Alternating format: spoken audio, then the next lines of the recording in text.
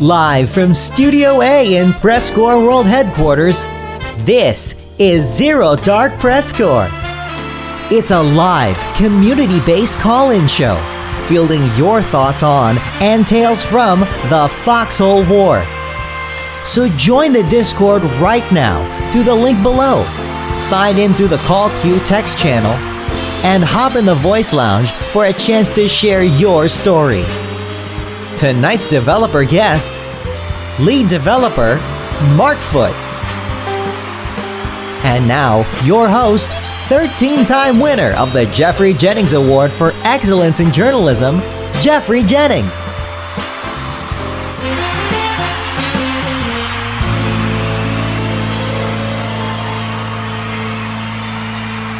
All right. Check, 1, 2. I think we are coming through some way, somehow. Now, you might have noticed that we don't have Mark actually in the room right now. That's because, well, he's wrapping up a meeting. But also on top of that, we will be announcing something very special right now. This is an exclusive. We're going to put this up on YouTube right after this reveal, but we've got something very exciting here for the PressCorps starting right now. Good morning, afternoon, or evening.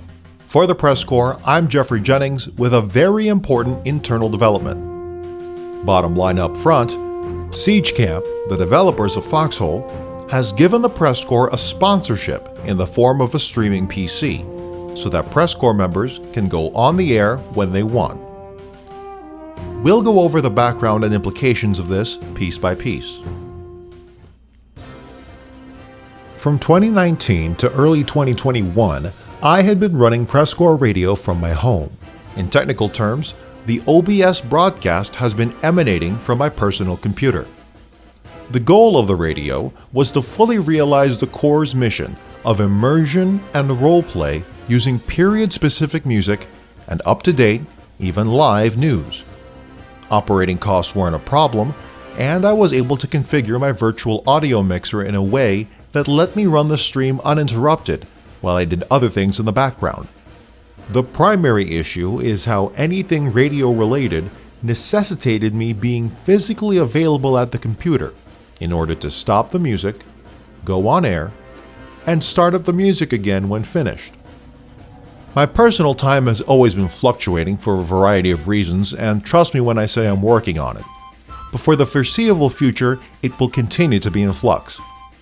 One solution was allowing PressCorps members to remote into the streaming computer, but granting internet strangers from around the world the ability to remote into my personal computer at will is a privacy issue I did not feel comfortable with.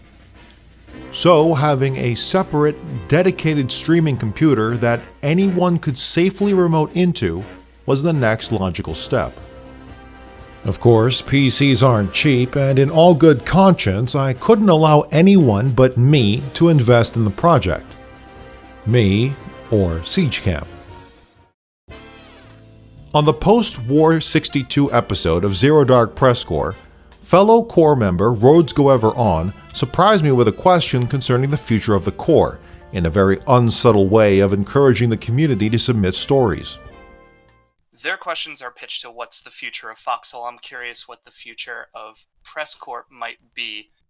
Do you have any ideas for the growth of PressCorps, and how can the community help in growing and expanding what's happening here?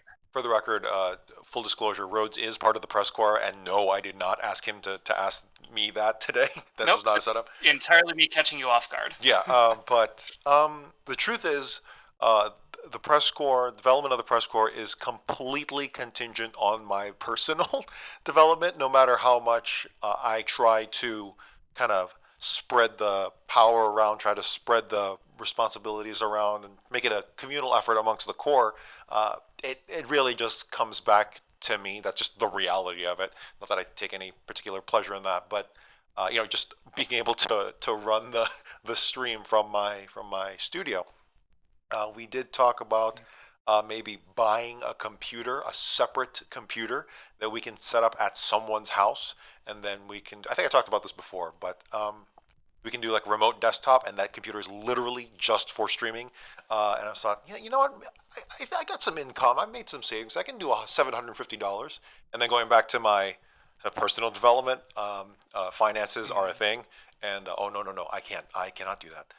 What we didn't expect was Siege Camp lead developer Mark, who was in the room at the time, reaching out to me on October 28th, 2020 via DM about sponsoring a streaming PC. Upon hearing about this, I quickly informed the rest of the Corps, and over the course of the next month, I worked with members of the Corps to conceptualize a setup that could work, to which PressCorps members Boris Krishenko and Sean Valley volunteered to collaborate on, using PCPartPicker.com. Meanwhile, Moth B. Man volunteered to host the physical computer. We'll go over the details of the final setup later. My biggest concern, however, was the money. Spending the money responsibly and within the budget was my top concern. I again worked with Boris to assemble an Amazon purchase list, using the list he and Sean had assembled earlier from PC Part Picker. The number came out to just under $1,300 US, which was higher than the $800 we had originally projected for two reasons. One, the holiday buying season appeared to be driving up the prices of parts. I had failed to take into account that Boris, an Australian, was using Amazon.au, which calculated the prices from his end as opposed to from my American location. The final total came out to $1,060.45. All of these items were shipped to the residence of the PressCorps' Moth B. Man, who generously volunteered his office space, power, and internet to house the computer, as well as his time and energy to assemble it. I had originally toyed with the idea of donating the excess funds to a charity, but it quickly became apparent that we had forgotten to purchase some items, and having a reserve isn't a bad idea in case things break or wear out. When the parts arrived, we realized I had forgotten to buy a monitor. Additionally, another fan was needed to get the proper airflow. Also, it was determined moving over 700 audio files over the internet would be a massive waste of time. So I purchased a 1TB external USB, loaded everything that would be needed onto it, and used my own money to send it via the United States Postal Service. Finally, Moth was having trouble getting the PC to start up, so he took it to a local computer repair shop just to be certain. As suspected, the issue lied in the power supply unit. The cost of this service came out to $125, which Moth paid for himself. As repayment, he requested a microphone and a pop filter, which came out to $118, and I bought using the sponsorship funds. On April 9th, 2021, the streaming computer was finally finished, and we began our 5-month test run of long-term broadcast, which brings us to today's announcement. One last point I'd like to make about the money is that Siege Camp, a Toronto-based company, receives subsidies for being a small business, and Moth B. Man, a combat veteran, receives checks from the U.S. Department of Veterans Affairs. This means the computer is, in fact, partially funded by the Canadian and American governments, and we can therefore unofficially proclaim that PressCorps Radio is public radio.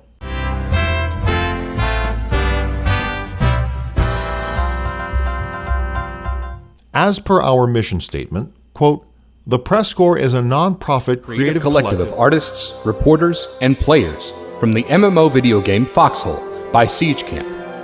Our mission is to engross our audience in and amplify the stories of this unique war ecosystem." Additionally, in our guidebook, which is currently available in the FAQ channel of the Discord, quote, "The PressCorps is dedicated to avoiding any form of payment for PressCorps projects. This includes PayPal, Twitch bits, Twitch subscriptions, and YouTube monetization. And for the following reasons. 1. Accepting any form of payment would require a standard of commitment. 2. Questions would arise of who gets how much money for what, and that could dissolve the community aspect. And finally, 3. Like Siege Camp's beliefs, money should not drive content. With this, points 1 and 2 still hold true. No one in the Corps, especially me, is profiting from the sponsorship since it's all going to the purchasing and delivering of the PC. Additionally, this isn't a player or a regiment sponsoring it. It's the devs, which means any undue influence from a specific group is taken out of the equation. Now, I actually brought up this point to Mark, who responded, quote, "There'd be no conditions at all, formally or otherwise, and the nature of the existing relationship wouldn't change in any way. If PressCorps decided to shut down the next day or criticize Clapfoot for whatever reason, there'd be no issue," unquote. Meaning our interactions on Zero Dark PressCorps should stay the same. As for point 1 about the standard of commitment, we will have to start collectively dedicating more time to it in order to not waste the privileges provided to us. However, I have always maintained to all members of the PressCorps that this is not a job. None of us are getting paid, and at the end of the day, it's a video game. And that's something we'll always continue to work on finding balance in. The point of all this is to have a computer that anyone in the PressCorps can access at any point in time, either directly or through an admin. This effectively takes me out of the equation on a technical level. In the coming weeks and months ahead, the Corps hopes to have more presence on the radio. That means DJ breaks, caller segments, live reporting, and other ideas. A bit more around the clock, and with a little less automation. There's going to be an abundance of learning, and there will be technical issues. Lots of them, since the entire operation is moving remotely, and I have to teach multiple people every little intricacy I previously internalized. But that's all okay. The PressCorps has always been, unintentionally, a place for people to develop and foster skills, and this case will be no different. I have complete confidence in this core of dedicated, passionate people. But those people don't come out of thin air. Foxhole is a big game and a big war, so properly covering all the events that take place will take a team. As such, we're always looking to bring aboard two kinds of people. First and foremost, reporters who are willing to collect and record information, analyze and compile data, and keep their fingers on the pulse of the war. Second, are broadcasters who take the information gathered by the reporters and convey it live on the air. In both cases, staff are expected to be neutral and non-biased in all PressCorps-related media. We don't cover petty things like community or regimental drama, just the events of the war itself. More technical roles like artists, translators, voice actors, etc. are taken in on an as-needed basis. If you're interested, visit the PressCorps Discord and ping an admin. The next phase of the PressCorps is really exciting, and I hope you'll find it so too.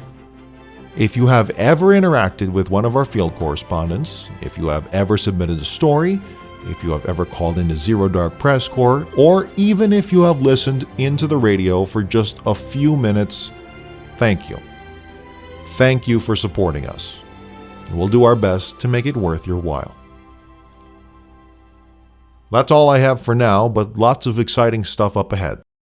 For the PressCorps, I'm Geoffrey Jennings. Good night, and good fight.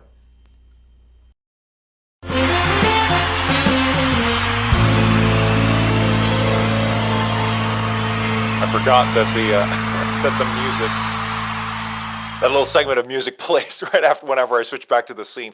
But regardless, yes, in case you missed all that, we're going to put that video up on YouTube after the show and make a whole thing about it. But yes, the PressCorps has officially been sponsored by the developers of Foxhole, aka Siege Camp, and that technically happened back in December, and we've now gotten things in order to a good enough degree just in time for the update. And yeah, here we're going to talk about it. So Mark, thank you, and to the rest of the developers for taking the resources to spend that on us. Appreciate it. Thank you guys for all the work you put in into PressCorps the last couple of years. Yeah, it's definitely been our pleasure, and I can't wait. We're not even at 1.0 yet. That's not 20. Yeah, right. I feel like not it's gonna- 10.0. I feel like it's 10.0. Yeah. Yeah. So yeah, well, hopefully we'll grow in a good way from there. But regardless, usually I start with opening questions. However, since we had that whole video, we're going to get right into it. So we're going to start off here with he was first in the queue. Again, all of these things are from what I see. So if you see something different in the call queue, it's client based for me. I should, before I forget, as usual, yes, we avoid the drama rule here. We're not going to talk about specific cases. We're not going to dispute your ban live on air. We're not going to go over regimental drama about who shot who over a component. We don't care, and everyone's probably lying. Finally, yeah, if you are part of a regiment and there's two of you in a row, then we're going to put someone in between. That way we can kind of spread things out and one regiment doesn't dominate a whole night. All right. Here, yeah, Sorry, what's there's up? one thing I just want to mention that I probably only have about 1 hour. Things are super hectic, as you can imagine. So Mhm. I just hopped out of a meeting, and I'll probably hop straight into one after this. So All right. just wanted to get that in there. Unfortunately, hopefully next time will be longer. Yeah. For sure. All right, here we go. Let's get into it. Hey, Lek, welcome back to Zero Dark Press Corps. Howdy, it's been a while. I suppose it can't be called Zero Dark, though, or 0 hour, because it's in the middle of the afternoon this time. It's Zero Dark somewhere. Yeah, hey, fair enough. But I'm just calling in to ask about the camera changes. I know you guys are aware of it, but I wanted to sort of flesh out, maybe over voice, the concerns I have with the updated system, and the reason why I believe there needs to be camera options. If you're willing to hear that, Mark. Yep, for sure. All right. So what are I'll just ask a question right away. What are you aware of that the concerns are at the moment? Yeah, I think some people have mentioned motion sickness issues, and basically, the things that were reported in the dev branch channel. So it's on our radar, and I think it was discussed yesterday. So it's a long list of things, and we're looking into it. What are the specific aspects, though? Do you just know that there was a lot of stuff reported, or do you... What are the specific aspects that you can, off the top of your head, recall about the issues with the system that some people have? I gotta look back at the notes. I think it was mentioned that the big changes in the zoom level was one of them. Yep. It sounds like you have a list, so I feel like I think that's the more efficient. That's the more efficient way of doing it. I feel like I'm wasting my time. Your list. Well, part of the reason I wanted to ask you was so that I didn't retread ground you've already heard, but the number one, of course, the difference in zoom level. Like pre-update, you could see about the same, a little bit shorter than your max zoom out level is in the dev branch, but your camera didn't zoom in as much when you weren't aiming, so the difference in FOV was very, very negligible, which... The massive change in FOV now between being incredibly zoomed in and then suddenly seeing half the map is just incredibly... It fucks with your head. And I'm not the only person that has this problem. It's not only that, it's also... I believe I saw this in the patch notes that it was fixed, was the slow camera panning when use of the binos. Question about that specifically. Does that mean that you can now do the thing where you instantly recenter your camera back on your character by rotating the camera? I believe that it's a bit like the opposite. It actually used to be a lot snappier, and we've smoothed out the interpolation so that the screen doesn't skip as much. If you go back to the live game and you were looking at binos and you rotated really quickly, it would just kind of snap your frame.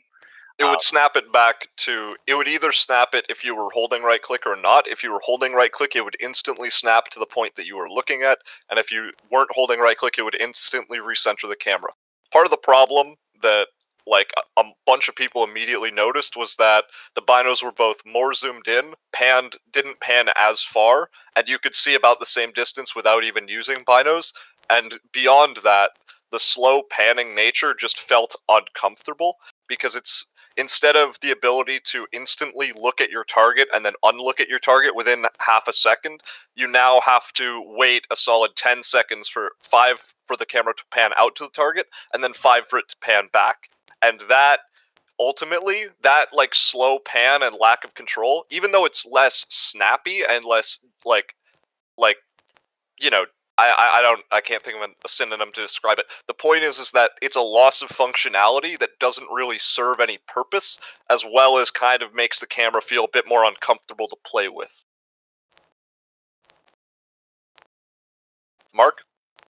Yeah, no. We have all those things on our notes. I think we already actioned some of the binocular range.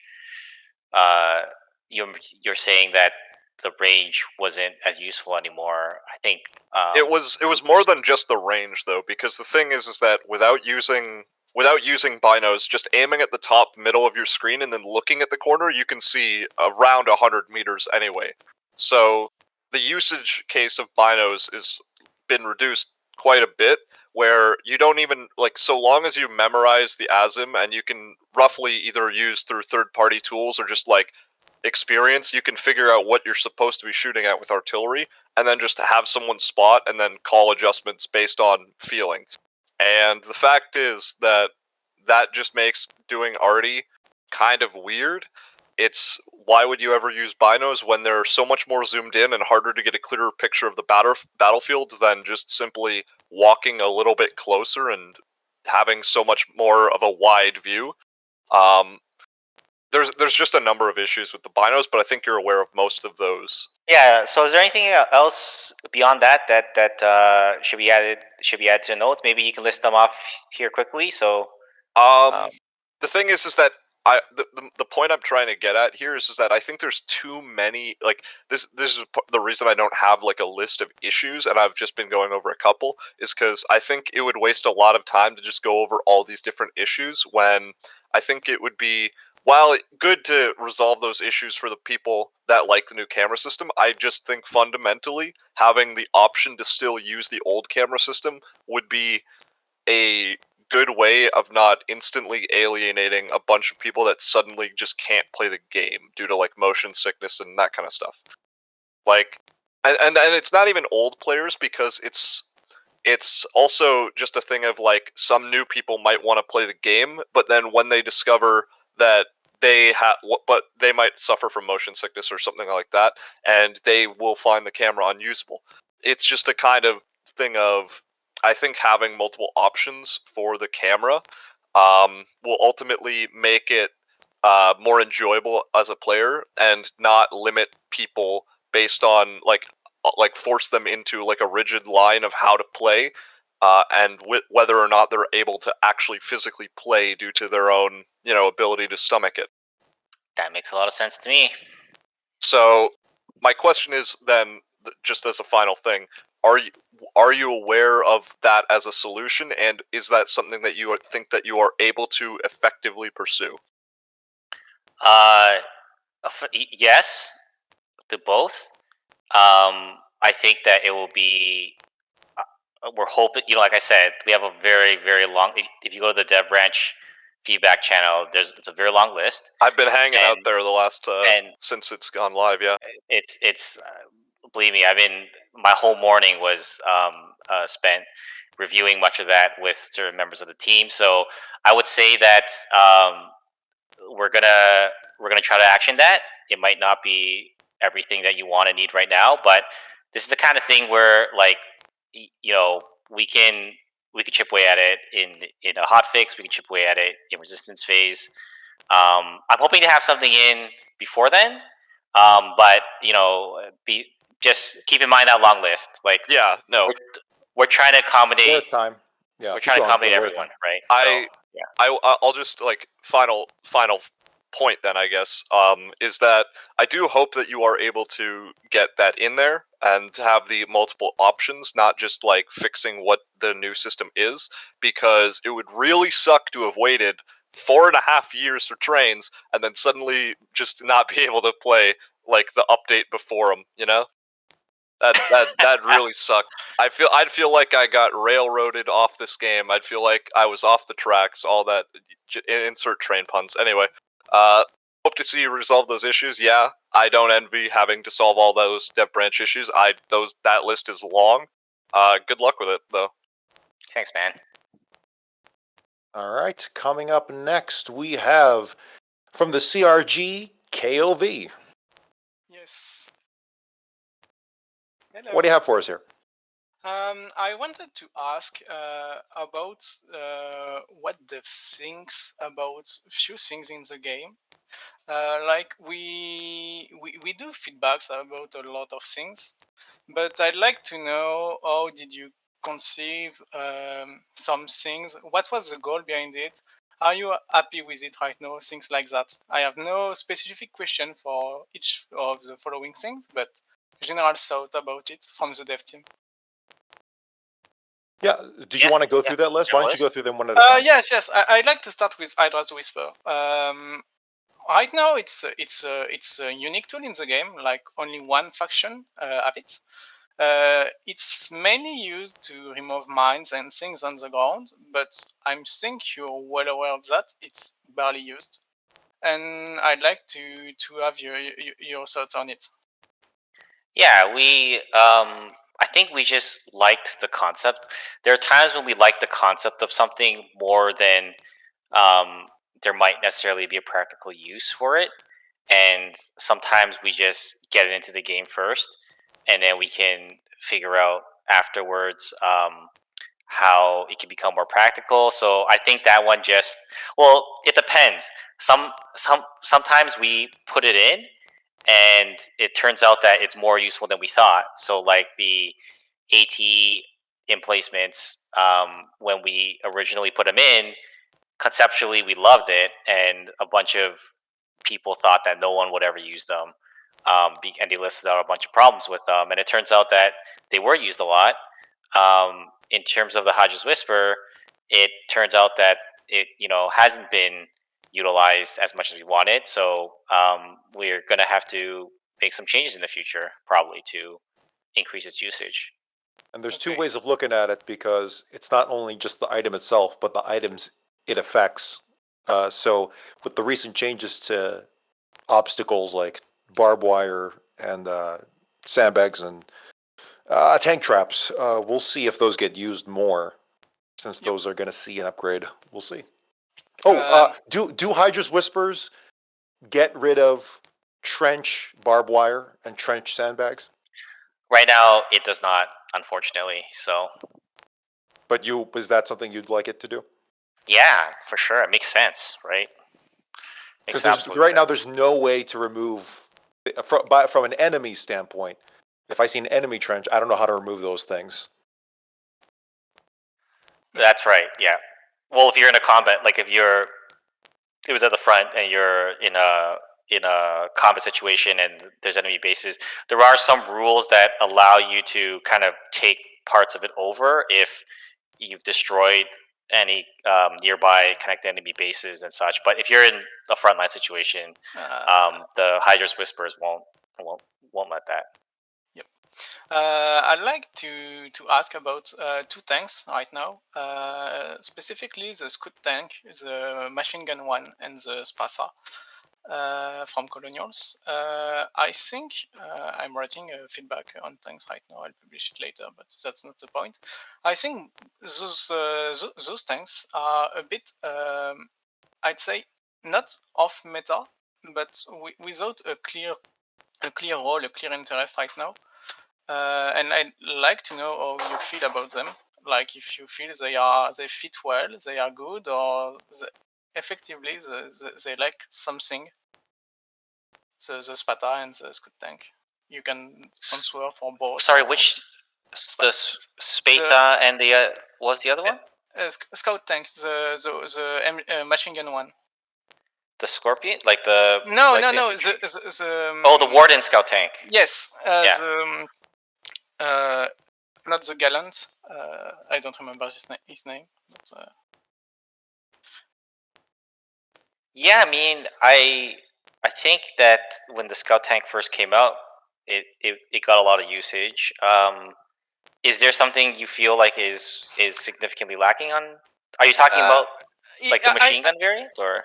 I think both those vehicles, balance wise, are fine, but utility wise, they have a bit hard time to fit in the game. Like the Scout tank is mostly designed for patrol, I guess, or cover the back lane of tanks, but it's not something that's really needed right now in the game.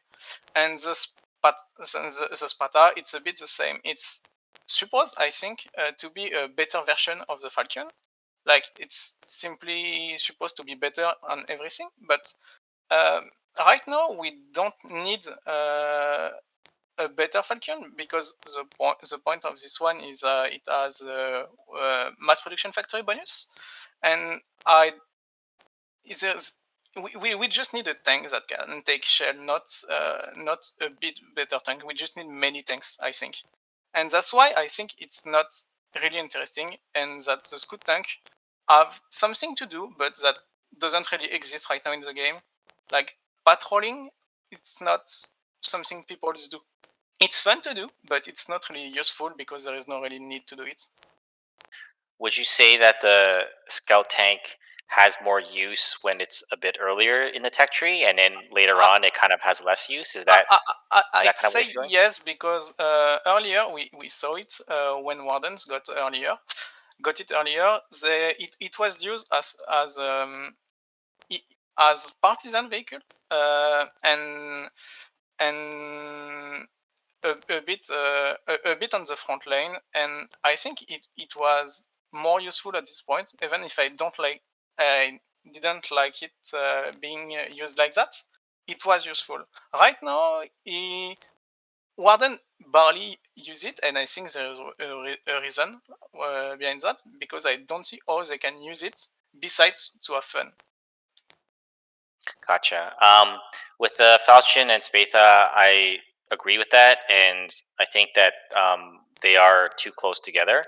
So I believe some small tweaks are going to be made from based on what I talked about this morning in our review.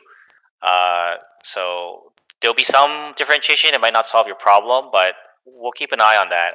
I do agree that they're in certain statistics they're probably too similar. And I think we're gonna have to wrap up with this one. So we'll make this the last one. Oh, okay. I'd like a quick thought about for you, the infantry support gun. Is it supposed to be only a push tool in early game and then fall quite a bit during the war, or do you see it used all at any moment at the war, but with a different role? I mean, I would hope it would still be useful to some degree later on, but it's most useful definitely when it unlocks, because it's the only it's one of the only other viable anti-structure weapons for the Colonials in the early war. So it's almost like it's very important weapon at the beginning. But there's more things that we want to do with it, so its value can stay relevant for longer.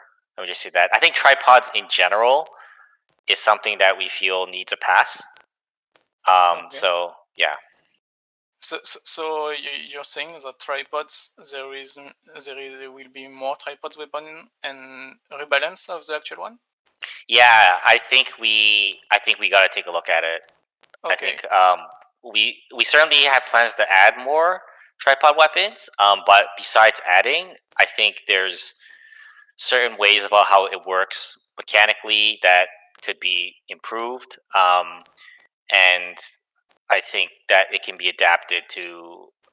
I just think it's one of those things that's still pretty raw, and it's kind of in it.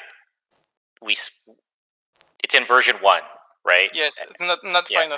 final state at Yeah. all. Yeah. Okay. All right. I think Hey, I'm good. Yes. KOV, thank you so much for stopping by. I know it's usually. I know it's. Are you from France? I'm gonna Yes, imply. yes. It's not that Yeah. late yet. It's fine. Yeah. I'm so happy that we can at least get some afternoon for Europeans. Or actually, no, it's evening for Europeans. But at least it's not two Yes, in the it's morning. 8 p.m. right now. Yeah. Exactly. Okay. Well, either way, thank you so much. Much regards to CRG, and have a good one. Thank you for stopping by. Thanks. Bye. All right, coming up next, we have from the CIL, or Cevish Infrastructure and Logistics. I like it. Wuatduhf. Wuatduhf. Welcome back to Zero Dark Press Corps. What do you have for us? Thanks. First time, actually. Oh, okay, there you go. And Mark, glad to talk to you in person for first time. Just wanted to say, good job on the entrenchment update and all the Logi buffs you guys have added. Those are really cool for a lot of my guys. I'm very excited to see what else maybe changes, but overall, pretty darn impressed. That's good to hear. I got 2 questions for you. First one about resource fields. Second one going to be about the Intel Center. Just for some context before I ask the question, obviously each region has predefined locations, where resource fields can spawn. And, they vary in usefulness, if they're close to a refinery, if they're on a coastline, or if they're on a road or not even near any roads. And so in the previous wars, we've seen regions that have been pretty filled with 3 to 4 nodes, I think, of component and sulfur fields. But in DevBranch, it looks like that's been a bit tailored down now that there's more space to spread them out in the back lines, like 1 or 2, I think. So my question's mainly focused on, with this shift in regions and with the movement of refineries to be more on the edge of the map or in the center, is there a change coming around for how resources are generated from war to war? And are we going to see any changes in the locations of where these resource fields can spawn? So, in terms of in the future, are we going to change the placement? There's no current plans for a big change there. In terms of a difference in placement between the new backline regions and the old ones, I have to talk to the map guys about that. There wasn't any planned big change there. So, is there a specific? You were saying that you feel like it feels more thin at the moment at the back? Not at the back, but more in like the middle, like what the center of each side. Because obviously the refineries in one iteration of the logistics setup, you've got refineries all on the edges and then refineries at the more frontline region. Yeah. And what we see in current wars is as the war progresses, more and more often, the farther a resource field is from either the water or from a refinery, the less often people will go there to gather from it. And so I worry about some of these fields that'll be very much multi-region away from the closest refinery, where they'll just basically be ignored for like a very long duration of the war. And of even getting the salvage out of there once it's harvested. Gotcha. So you're saying that in the old regions that now are intermediate regions, your worry is that their placement will make it even less likely for players to mine them. Do I have that correct? Okay. Mm-hmm. Yeah. So the placement of those probably hasn't changed. As far as I'm aware, those weren't touched. So it's feedback we have to take a look at and actually in the future, right? Of course. Yeah. Cool. All right, that answered that question in particular. And of course, I think we all know what will eventually address the issue of moving a lot of salvage inland to refineries very quickly. But anyway, that's a topic for a future month. As far as my question on the Intel Center, it's been pretty debated in the DevBranch discussion channel as far as if it is currently in a good spot.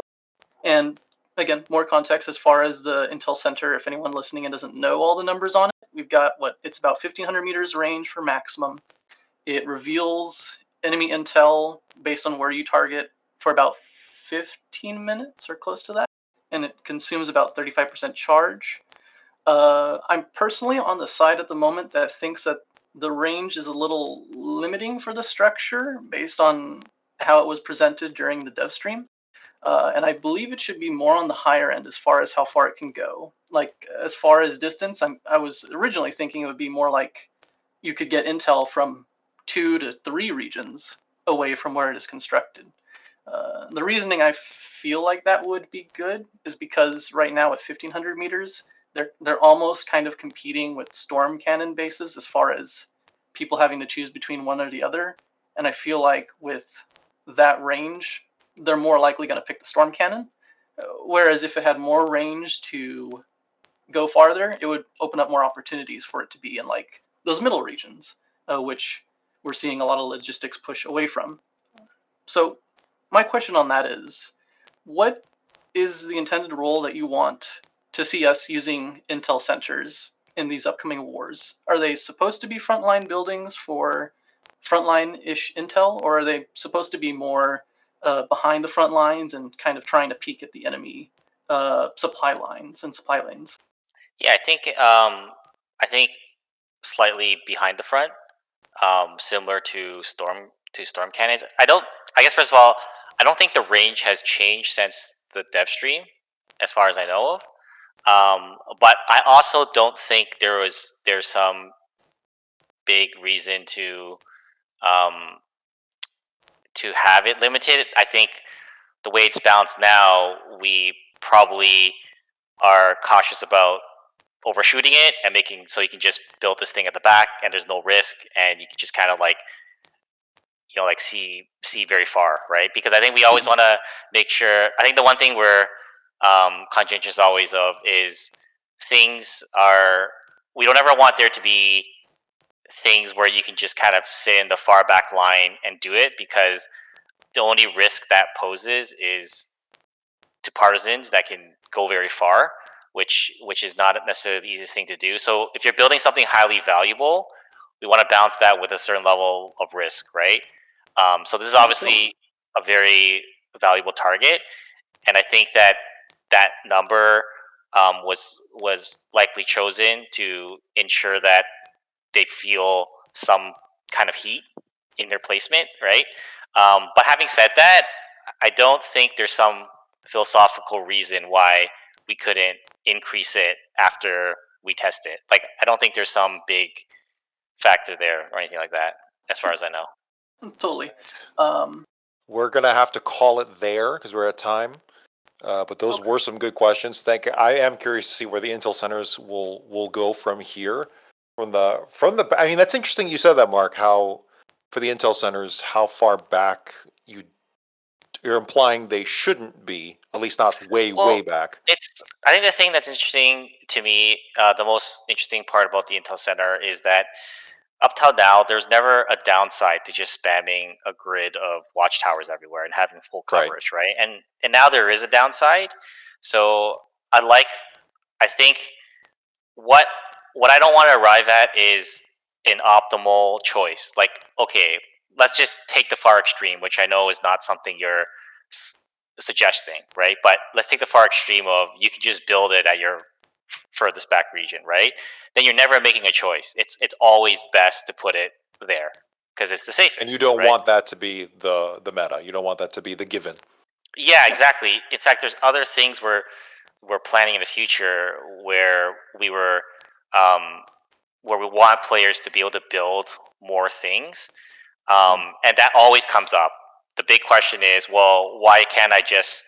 Previously, with the old world, it's different now. But previously, the example we always went to, well, why don't I just go to the furthest position at the back of Heartlands, or even Great March, and build all my stuff there, right? In terms of these new features, and that always comes up. So then we have to come up with, okay, well, we have to give it a reason to not do that. So you're making choices in each war, right? Okay. Hey, Wuatduhf, thank you so much for stopping by. I appreciate it. That was a good question. Cool, thank you. And if I can just add one minor note, maybe give us some ranging snipers. And that's all. Thank you again. Okay. Farewell. Actually, I didn't even catch that. Like, what did he say? Oh, he said that he'll be looking forward to being a region sniper, or maybe that wasn't it. But I'll. It's okay. It's okay. I didn't hear it, but it's fine. All right, coming up next is Stranger Days, going solo here from 82DK. What do you have for us? The stream, sorry. Just hearing doubles. Hello, yes. I'm a simple man most of the time. I'm here about balance, as I unfortunately almost always am. Mark, I would first like to ask, do you believe that the Falcata or the Bardiche is overtuned currently? It's the Bardiche, not to be that guy, but... Oh, sorry, I actually don't know how to pronounce that. I love how it started with a leading question and then was responded to with a dodge. So let's reset. To be fair, it's an easy axe to dodge. I think the Bardiche. So this came. It's been a crazy day, but I just had I came through a couple of reviews from this morning, and wait, you're saying if both of those tanks are overtuned? Well, I mean, the Falcata and the Bardiche are the same tank, correct? It's the Falcata. Oh, sorry. Too much things on my mind. I thought you were talking about the Warden. Sorry, No. The Outlaw is severely undertuned. The Outlaw. I've been too many tanks and things rolling around in my head today. Can we define overtuned real quick? Overtuned. So overtuned is sort of min-maxed. It has as much good things as possible while paying as little price. The Falcon, or sorry, not the Falchion, the Silverhand, for example, is slightly overtuned, but it does have severe drawbacks. Its hull cannon can only fire forwards, it has slightly less range, and while the vehicle does have decent speed, it has very poor turning. So, in a turn fight, it loses. In a situation where it has been flanked, it loses. If you are attacking it directly from head-on, it wins, which it should win. That is its entire personality. So, I want to make this hard on you because you've made things hard on me in the past, okay? Yeah. So, I remember you brought up before that the Silverhand forward cannon, which is 35 meters, was useless because it was 35 meters, right? And the Bardiche cannon is 35 meters. So why don't you? I want to be like a little bit of a hard ass. Why don't you tell me how to explain that? At this point, because of the armor changes, 35 meters doesn't matter as much as it used to, as at 40 meter range, you aren't pinning as often. Saying that 35 meters is a slight drawback now, because that just means that if you are attempting to chase an enemy tank, it has a better chance of escaping. But it's not a huge drawback anymore. But in return for the drawback of 35 meter range, the Bardiche gets twice as fast reload speed, meaning that effectively its 168 cannon is 268 cannons, something that Colonials have complained very profusely about when speaking about the Silverhand, because its one driver is able to bring 2 gunners into combat. The Colonials don't even have to pay an extra driver. Its coaxial is used by the commander, so they don't need to use a 4th crew member to man its machine gun. Its armor is all around, so you can't flank it, and there isn't too much of a benefit from getting behind it. Its armor is greater than the Silverhand. This isn't just hearsay, this is me actually looking at the game files. I know that you might have noticed recently somebody dumped the game files onto Reddit. There were several other players who have also been looking into them directly. It also has 900 more health, and it isn't slower than the Silverhand. Like, the HTD is a very heavy tank. The HTD has a lot of armor, but the HTD is also incredibly slow because of this. The Bardiche has everything. What is its weakness? What is its downside?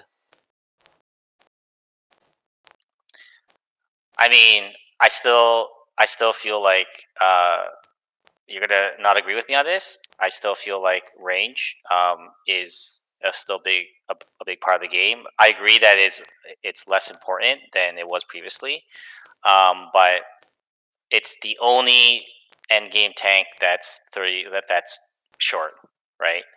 I'll have to go back and do one final review pass with the team on that one. But are there any notes? Having said that, are there any additional notes you want to add to that for when we take a final look? Honestly, I feel like the Colonials have, or the dev team has struggled with finding a way to make Colonial DPS equivalent to Warden DPS without literally just sticking an extra gun on Colonial tanks. I do feel like the Silver Hand has a decent advantage because of its double gun thing, but if you were to just give Colonials double gun tank, I mean, would it even fit them aesthetically? That brings up the question, weirdly enough, do you feel that it is more important for Foxhole to give off the appearance of plausibility or to be realistic? The realistic or the appearance of plausibility? So Plausibility, realistic and less realistic. plausibility meaning like, yeah, this could work. This doesn't look like it wouldn't work. Realistic means like, no, it has to have physics. If it doesn't tip over because it's top heavy, it's wrong. I mean, I like realistic, but it's always a compromise, right? Like we can't make it 100% realistic due to game balance and other. Yeah, there's contradictions up and down the game, I'm sure. The reason why I ask this is because I stumbled upon an interesting idea yesterday while trying to think of ways to potentially balance the Bardiche while also making it a contender for heavy late game slugger tank. And that would be, do you remember how the Scourge Hunter from the previous Dead Harvest was able to load multiple shells and then fire them off? Yes. What if there were one or more Colonial tanks that were essentially able to have a revolving chamber or something of that nature for their shells, meaning that they could fire off a burst of 5 or 8 shells before needing to reload in a combat? I think it's cool. I don't know if we'll do it for shells anytime soon, but I think we might do that for other things. Well, in that case, what would be your way to balance the Bardiche? Because right now, the Colonials aren't hurting on tanks by any means, and I really do feel like this tank is going to absolutely club Wardens in this upcoming war. Well, there's other. I mean, besides look at the big picture, right? We're gonna make some tweaks to some of the other tanks. I think that. Yes, the nerfs to the Ironhide, I've seen them. So we're gonna be the Falchion. I think we discussed reverting the change, so its health is gonna go back down to what it was. That's the thing too. These sometimes I make this mistake, right? I make the mistake often is that to focus too little on the data and too much on the current sentiment of the day, right? And there was a huge sentiment that Colonial tanks were getting outmatched in this last war when they're losing, right? So that's the thing. When one side's losing, the sentiment is like their tanks suck, and that combined with our long development pipeline, sometimes changes they come out, and those changes were not necessarily based on now. It's based on what the data and the sentiment that was there a month ago, right? So that change happened, and we looked at the new feedback, we looked at the new data along with the new tanks. So that change is going to be held back. And the other thing I just wanted to sneak in there, again, looking at the whole picture, is the Outlaw is. I think it's going to get a small buff. So, a small buff. Yeah. Right now, it's a worse Kreneska, and it's a medium tank. Half of the reason why the Ironhide got nerfed is because it was a light tank outperforming a medium tank. So in that same vein, shouldn't the Outlaw see a large buff? Shouldn't it be a better version of the Kreneska? We'll see. We're at time, but as usual with all these very detailed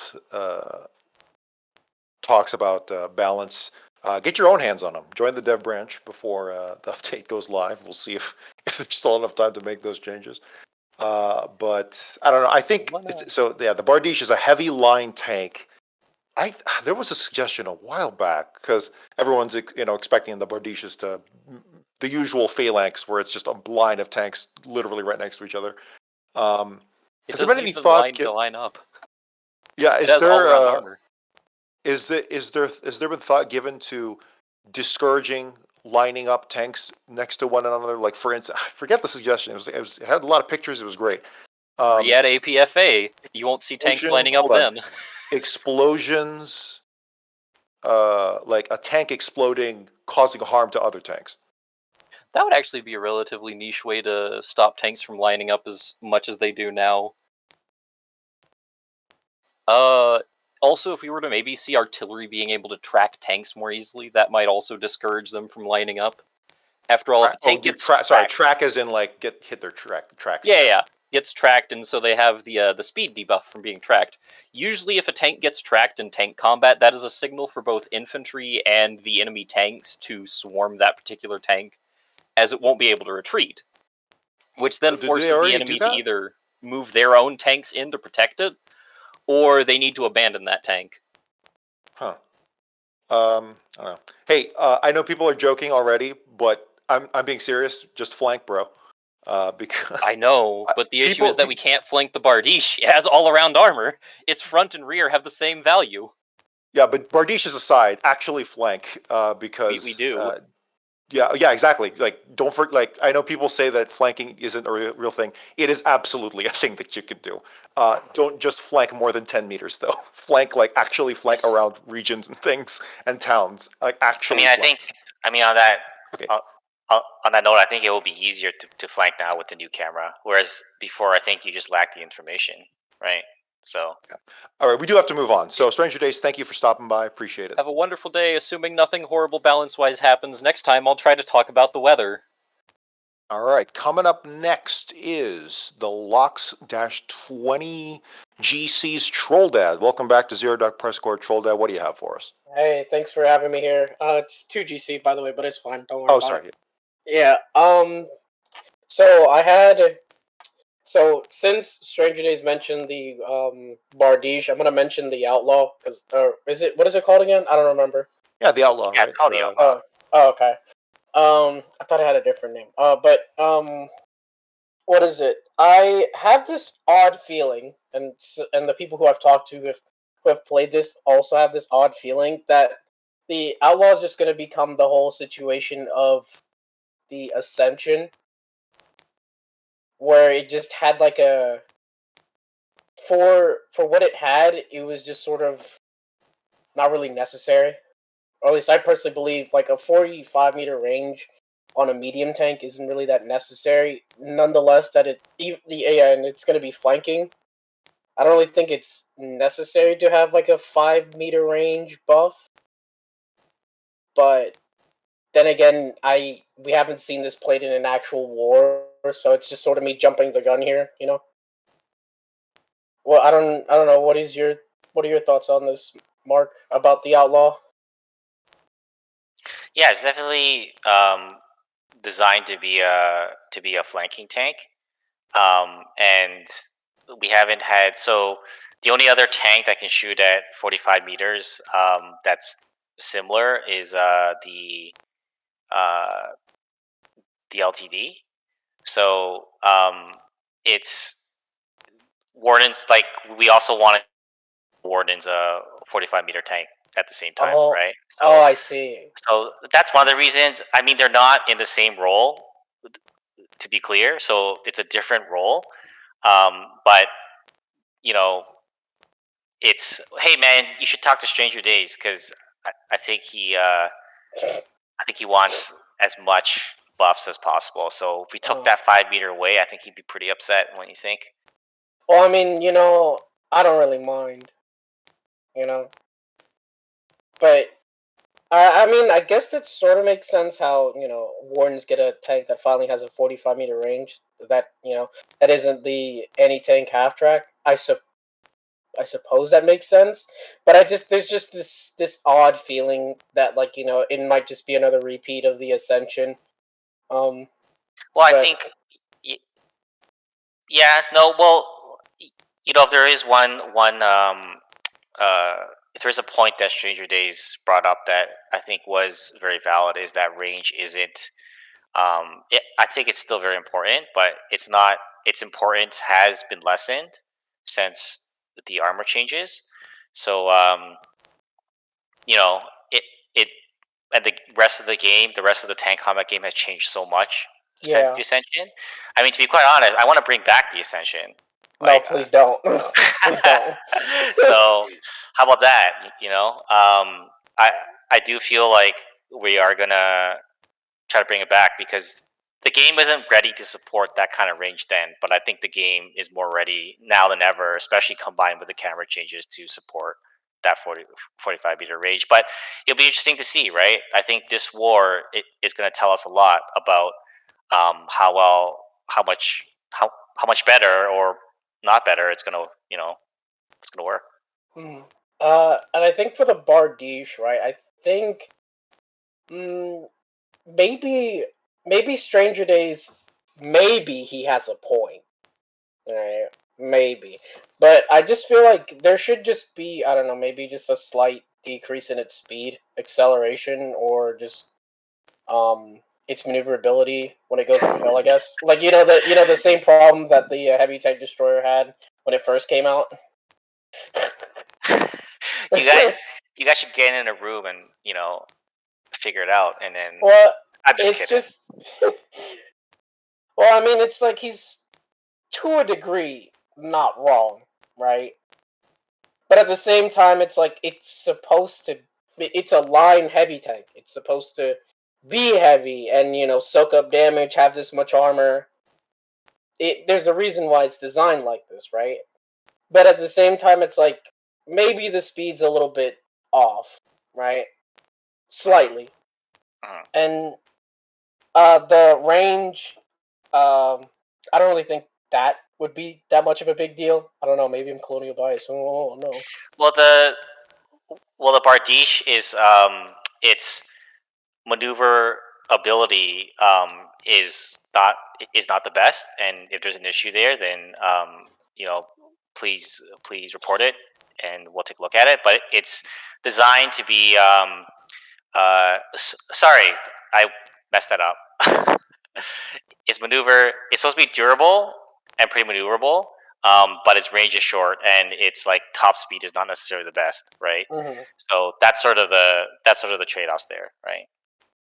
Okay, and then I think really the last thing I have to say, because I don't prepare notes. We're at time, but go for it. Yeah. Oh yeah.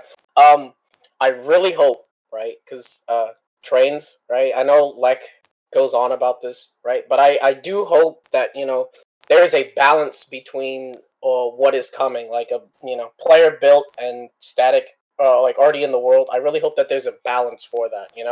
I think there's okay. I know Matt. I know this is Mark in the room with us, but Matt said that roads are a very concerted design choice for specifically built around player flow and strategic, and how like a map is formed. Like roads are critical to that. Maybe I don't know if Mark's going to say anything, but I think there can be a compromise between here's like the set railroad guaranteed. Yeah. Destroy them, or maybe you can damage them for slower speeds or whatever. But then offshooting of that, maybe you can have a degree of player-built railroads. I don't know. So what I was hoping, right, is just this balance where it's like you have the main line railroads that go to specific, areas, points of interest, or even outside, towns and stuff, and then the players can build small branch lines of just this single stretch of track that can just go to like a bunker base, a scrap field, or just like somewhere that may be another point of interest. That's what I'm hoping. What I mean by is the balance between the both. Right. Because if you just make it only player built, right, I find that to be a little bit not impossible, but it would take a lot more time to actually develop how players would actually build the track, how they would build bridges, and all these that may be extremely complicated. When instead, now, if you just have a balance between them, you can just you can still have this set like integrated, already preset railroad, but also you can tell them, hey, if you find somewhere that you want to build, or if you find a faster route, to another stretch to the other part of the main line, you could just build this branch line that goes to a scrap field or is just like a shortcut. We do have to move on, but Mark, any comment on that? Yeah, that's all I was gonna say. I would like players to have a decent amount of control over a feature like this, but yeah, let's get through update 46 before we talk about that kind of stuff. Sure thing. Hey, Troll Dad, thank you for stopping by. Appreciate it. Yeah, no problem. Anytime. Coming up, did I?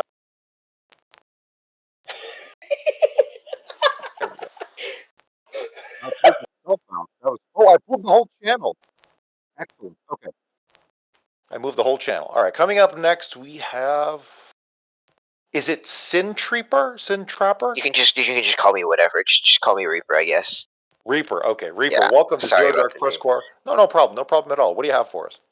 So I've got a couple questions. The first question is this one's kind of a question that a friend asked me to pass on. So what are the devs' ideas about like weapons like shotguns and some of the like more like both older and more unique weapon types? Like, is there any plans to do any passes on shotguns at all in terms of balance or maybe updating how they work?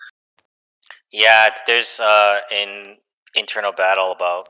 There has been an internal battle about shotguns for the longest time. Some people, actually, you know what? I think we all want shotguns to come back, and we think they're cool. I think the biggest issue and why this is contentious is that it's hard to balance, right? So it's either too powerful and too cheap, or it's useless. And trying to find that mid ground is possible, but in the times we've tried, it's been unsuccessful. So, like in its current state, it's a bit on the not as useful side of things. But there's ideas we rolled around, like maybe it doesn't. Its use is not necessarily damage, but maybe it always causes bleed, or maybe some other usefulness behind it. But it just comes down to it's hard to balance, right? It kind of lands on one side or the other of the line. Yeah, sure. Okay. And then this is another question. I don't know if you guys are ready to answer this question, but I'm coming kind of as, I don't want to say necessarily an official representative, but I am sort of affiliated with the guy who did the data mining, and so he wanted me to ask you guys if you guys are okay with leaving that up, and what the stance on Clapfoot is going to be moving forward. Is it going to be something that we're allowed to post, or something we're not allowed to post? Honestly, it came up this morning, and we've been so busy, I haven't had too much time to look into. I saw some, like, it came up on our chat. We kind of talked about it, but we've just been so busy that I have to go back to the team and talk about that. But I'll say this, I don't think there's any secret that we're trying to hide there. I think our main concern would be any kind of a security issue, right? That's where the main concern would be in terms of people being able to see the numbers. We're not like fundamentally against that. It's fine. In fact, it kind of paints a fuller picture. Hold on. Did you say you're okay with letting the numbers loose? We're okay with people seeing those numbers, but in terms of actually the data mining, it is a more broad topic because it brings into question security issues and stuff like that, right? So I know you haven't had much time to think about this, but could Yeah. we potentially nix the threat of data mining? Maybe not completely, but if you just officially release the numbers, could that be a way to work around that? It could be. The reason why there's been we've talked about this before, there's been a couple of reasons why we haven't done that. One is because we always want the game to, we don't want people to focus on the game like a spreadsheet game, right? I've talked about this so many times. We just want people to play the game, right? We don't want to be like other games that are focused on being more spreadsheety. Did I say spreadsheety? I mean, that's kind of an accurate term. Freudian slip. No, we want people to just we do want people to focus on game balance, but we don't want it to turn into this like all the discussions comes down to some spreadsheet thing, because there's a lot more to the game than just numbers. And I think the other reasons why we haven't done it is because it's a commitment to always having once you do some of it, you kind of have to do all of it if you want people to get the big picture. And so that's the other thought that I have on it is like when something like this happens, there's it's not a complete picture necessarily. Like there's other things. You might see a number that talks about that kind of refers to speed, but there's a lot of other things that contribute to speed that is not in that table, or you might see something to do with like some other stat, and it's just not all there, right? So but there's nothing to hide at the end of the day. I'm much more concerned about things like security and hacking.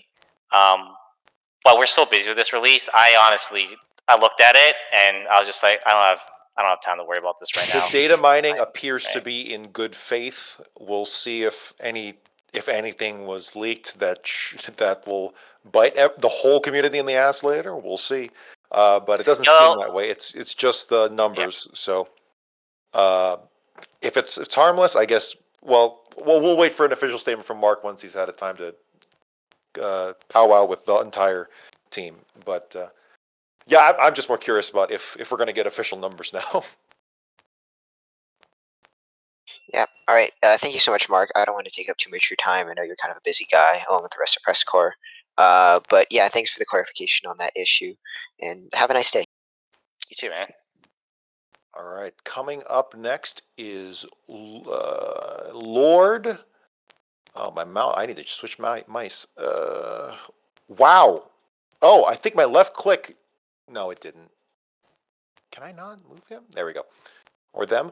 Lordbaysel. I know they're deafened, so they can't hear me. But Lordbaysel, welcome to Zero Dark PressCorps. He has some really good questions. They have some really good questions, so I'm really curious to see when they'll come back. If they don't come back in the next 30 seconds, I think we will move on. But in the meantime, I just want to say, if you like what we do, I guess hit that follow button, and you'll know when we go live. We try to keep the stream up as much as possible. There we go. I think they're coming back to the computer, or maybe they're troubleshooting some issues. But if you hit that follow button, you'll know when we go live. We try to avoid going down, but of course there needs to be updates on the sponsored streaming computer, which is, we revealed that at the start of the show. The PressCorps is now officially sponsored by Siege Camp, at least that computer is. With all that being said, I think Lordbaysel is still coming around to some technical issues. That's okay, Lordbaysel. If you're listening on the stream, at least, if you're listening on the stream, we'll come back to you after this person. So we'll get back to you. All right, coming up next, we have Liquid Popsicle. Liquid, welcome back to Zero Dark PressCorps. What do you have for us? So I have been very, very interested in the uniforms. At this point, I've reached a point in playing this game where I don't really care about the balance anymore. All I care about is having fun. Doesn't matter which faction I'm on to do it. But appearance is a really, really big thing, and I absolutely love the uniforms. You've absolutely blown it away. My only issue with them, and this is a very, very minor gripe, is that when any uniform puts on a radio backpack, it removes like the webbing and the equipment, and not only does it make you look like a completely normal soldier, which means you can't tell what that soldier is specialized in, it kind of absolutely destroys the aesthetic because the radio backpack just sits there and floats on your back.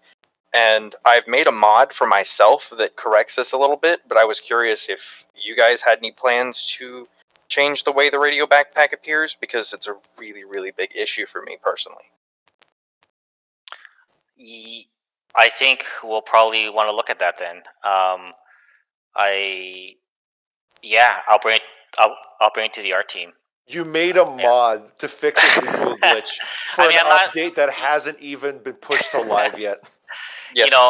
I'm not gonna guarantee any changes, but I think that the art guys really care about those small details as well. So this is version 1. I'm sure we're going to iterate on this, right?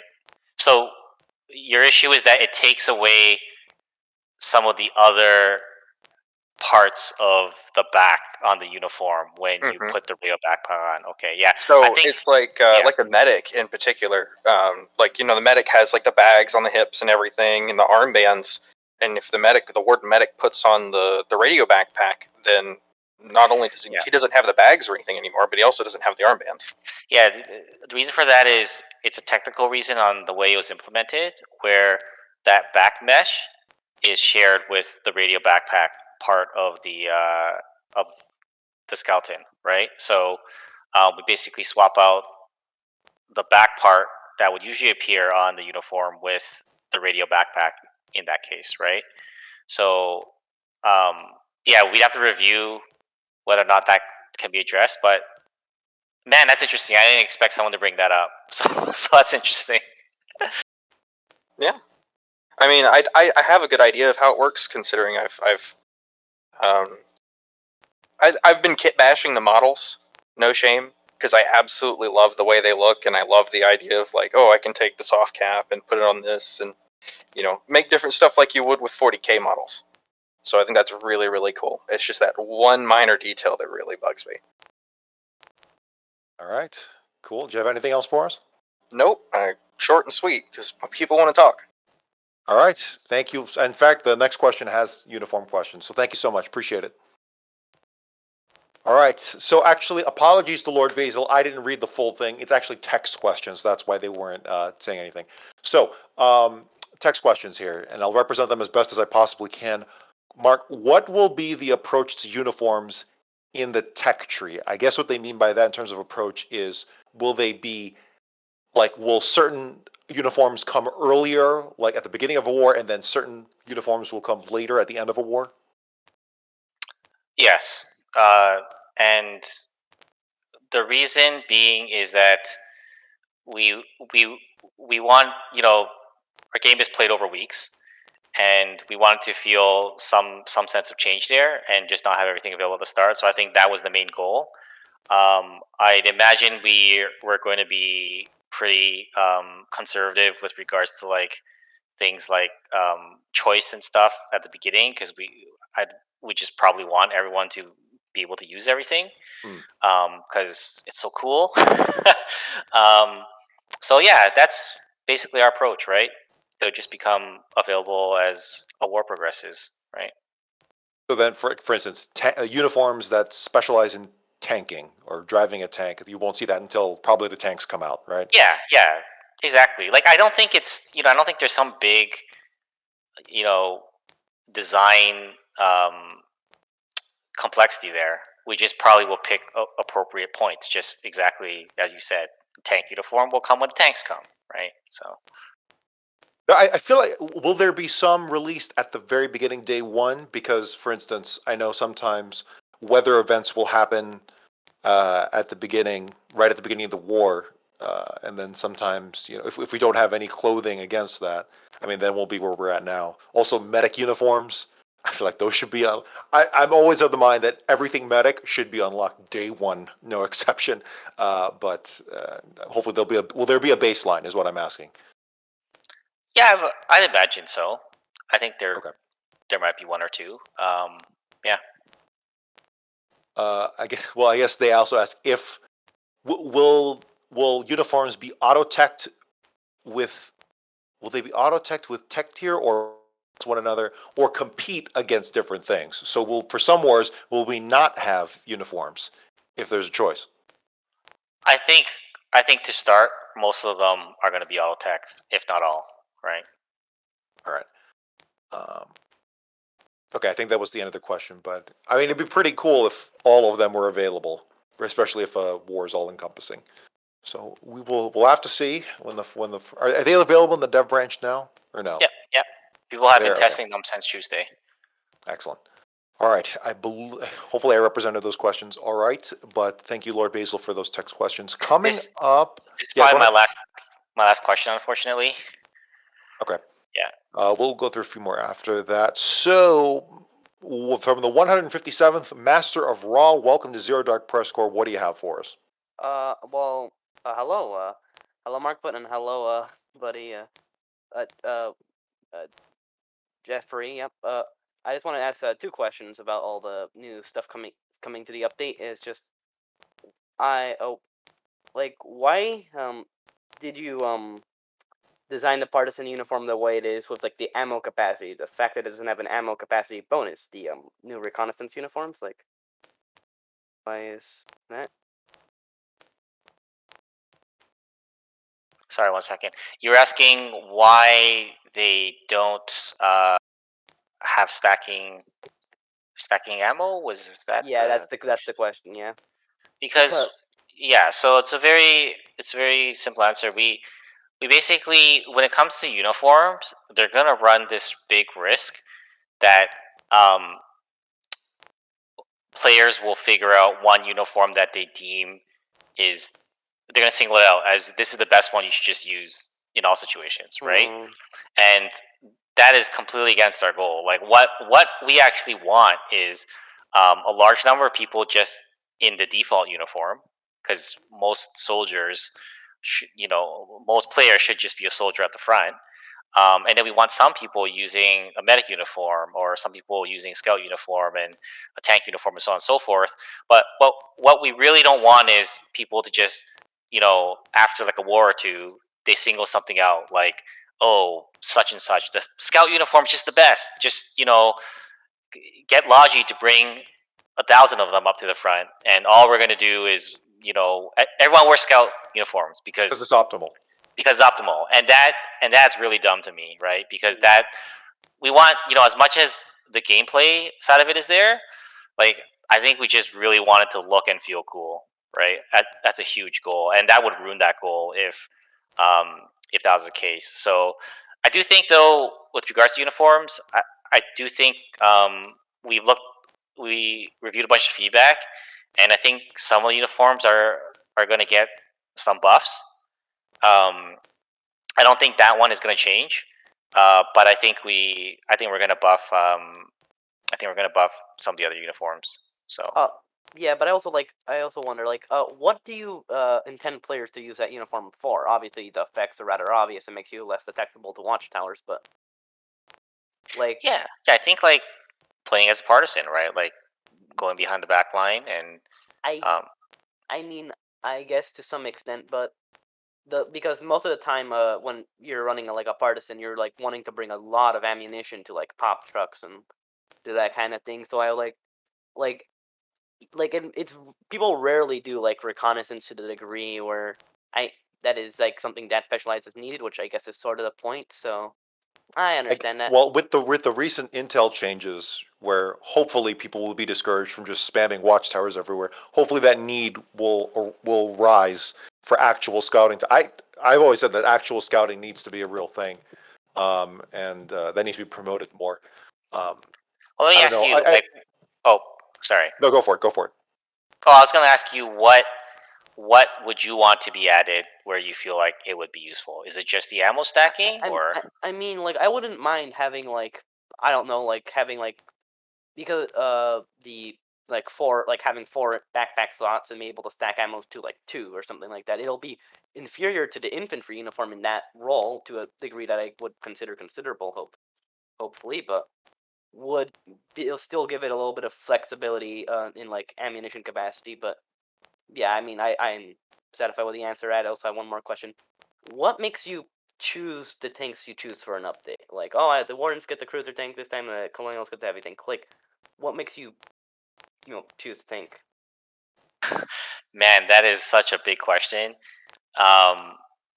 It's honestly, it's so many things. Oh. I'm trying to think about how I can practically explain it. Like, we obviously have this broad strokes like list of things that we want to get into meet the goal of basically everything that we want in the game eventually. So that's sort of like the large guiding hand at the top of everything, right?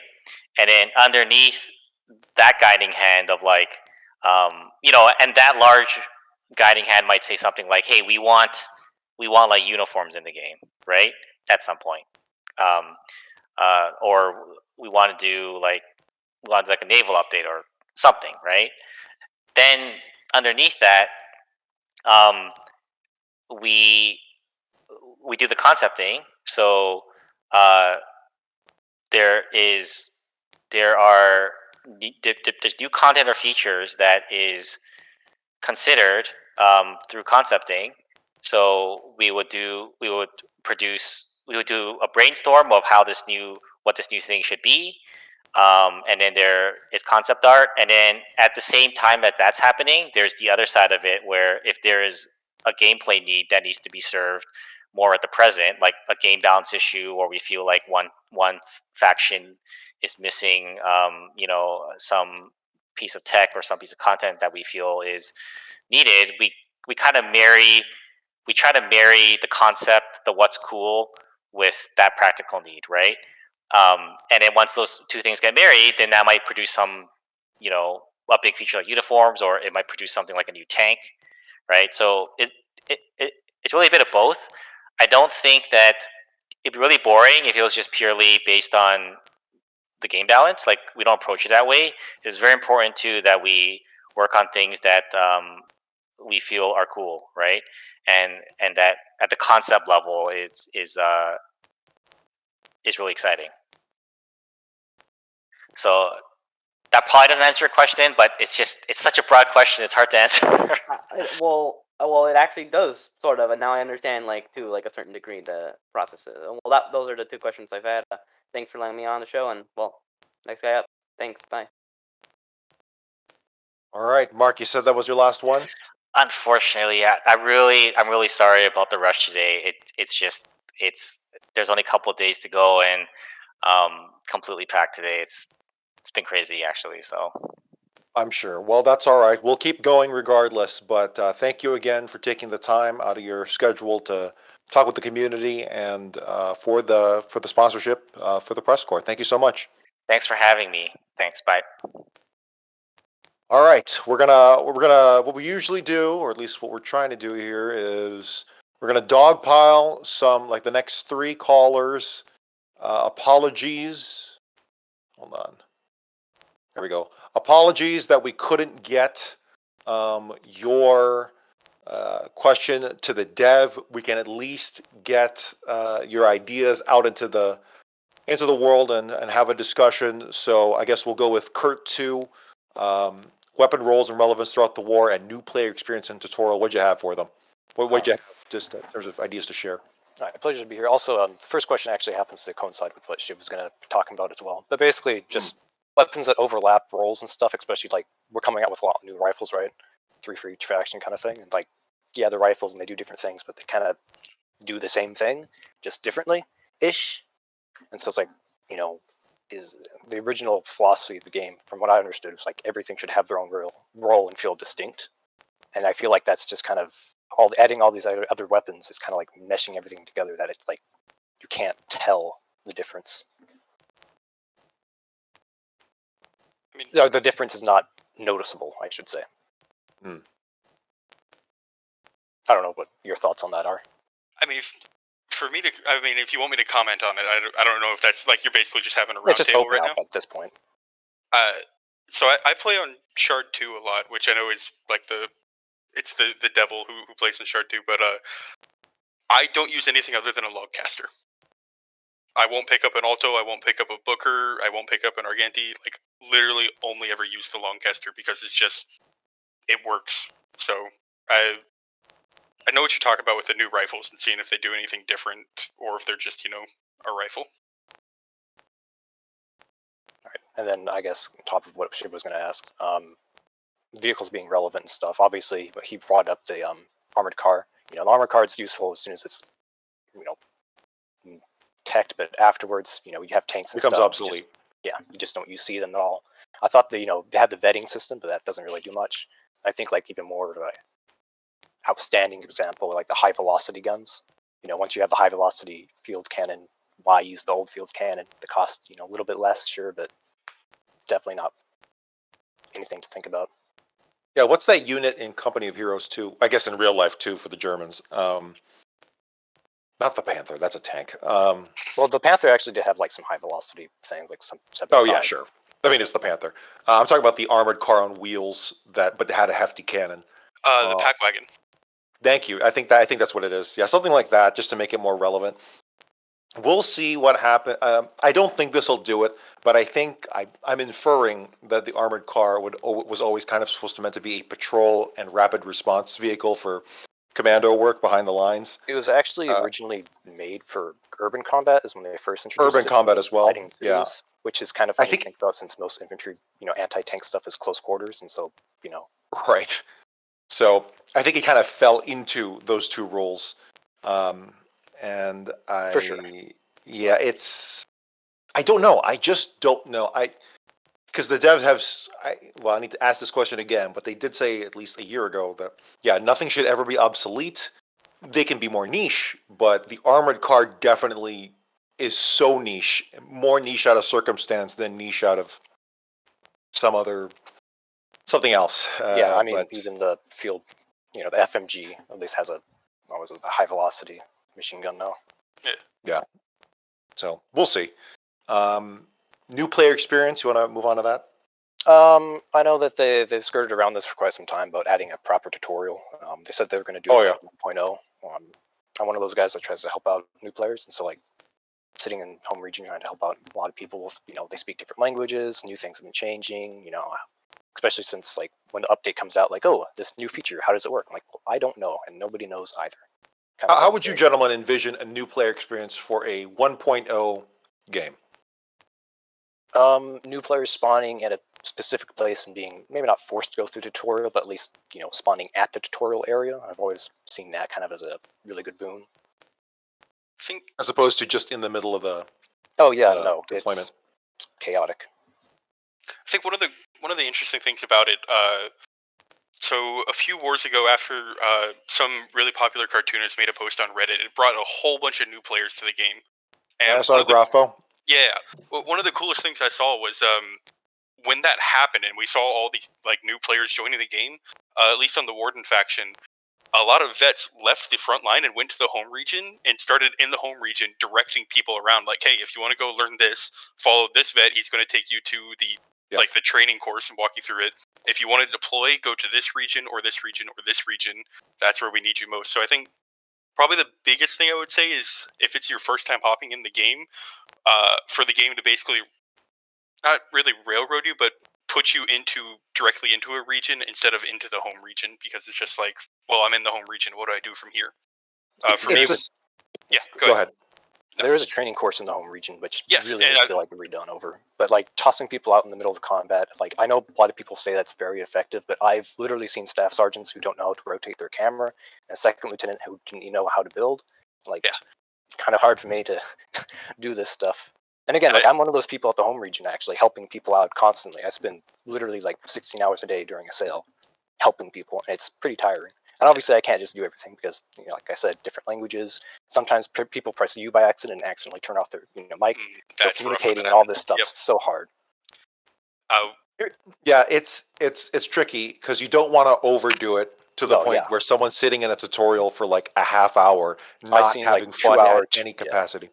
That's the thing. If you are, first of all, thank you to all community members who step up whenever there's an influx, or even just on the regular, who step up and teach people. Thank you for donating your time to do that and share the love of Foxhole you have. However, please be wary that you're not throwing the kitchen sink at them. And it's here's how you spot for mortars. Okay, they don't know how to get into a region yet. So just calm down for a second. They don't even know how to build a foxhole. So finding a good balance to do that. And I think, standardizing it, there needs to be a standardization. Obviously, community helpers will never go away, but some sort of maybe standardization where, so I always go to planet. There's always a minimum one PlanetSide 2 reference. But for me, they added this later because it really was just drop pod you in the middle of the war. Yeah, but now they have a set tutorial where, it's literally the most basic hallway tutorial of here, go forward with W, jump using the space bar. And those things seem silly, and they are to a degree, but they kind of have to be there. That way, they really do. You get people all, different people like, oh, this is my first video game I've ever played, and then Right. people like, this is my 10th million. Of course, Spacebar does this. Yeah, so it'll be interesting to see how Clapfoot approaches that. I think there needs to be some sort of mentor system where, Oh, that'd be really cool. Yeah, that'd be interesting. But of course, also you'd have to take into account eventually they are planning to merge all the shards, but accommodating people that are in shard 2 or on different shards, because obviously a lot of vets play shard 1, and if they want to help out people, they're probably going to be helping out people on shard 1, and then shard 2 gets neglected. That's why I switched over to shard 2. I'm a second lieutenant with over 500 hours, and I decided to go over there just to check it out, and started really enjoying playing on shard 2, and I've just stuck with there. Yeah, shard 2 is definitely old experience exactly, for the game. Yeah. Shards is definitely something that I don't really like to spend too much time talking about, just because it's one of those things everyone wants to go away, right? No one wants a shard 2. We just need to have a shard 2 for now. Yep. So we'll see. Yeah, I guess we'll move on to Heatsink's question about naval vehicles and new logistics. Yeah, naval. Yeah, so Mark had hinted at naval stuff on the subreddit, and I think it's been a long time coming. Heatsink, why don't you lead the charge on that? Yeah. So this is like my third queue into PressCorps. I've been trying to talk to him about this because. Sorry. No, it's. I love listening to it. It's great. But with the new regions and how just backline Logi has been, especially the current war situation in Shard 2 right now, there is basically no Logi in the center. All of the Logi's done on the outer extremities, and there's freighters just getting piled up, and pretty much at this point in the war, everything is being moved by freighters. And when you look at the current naval vehicles, you have the barge, the tiny little motorboat, the freighter, and then the 2 gunboats.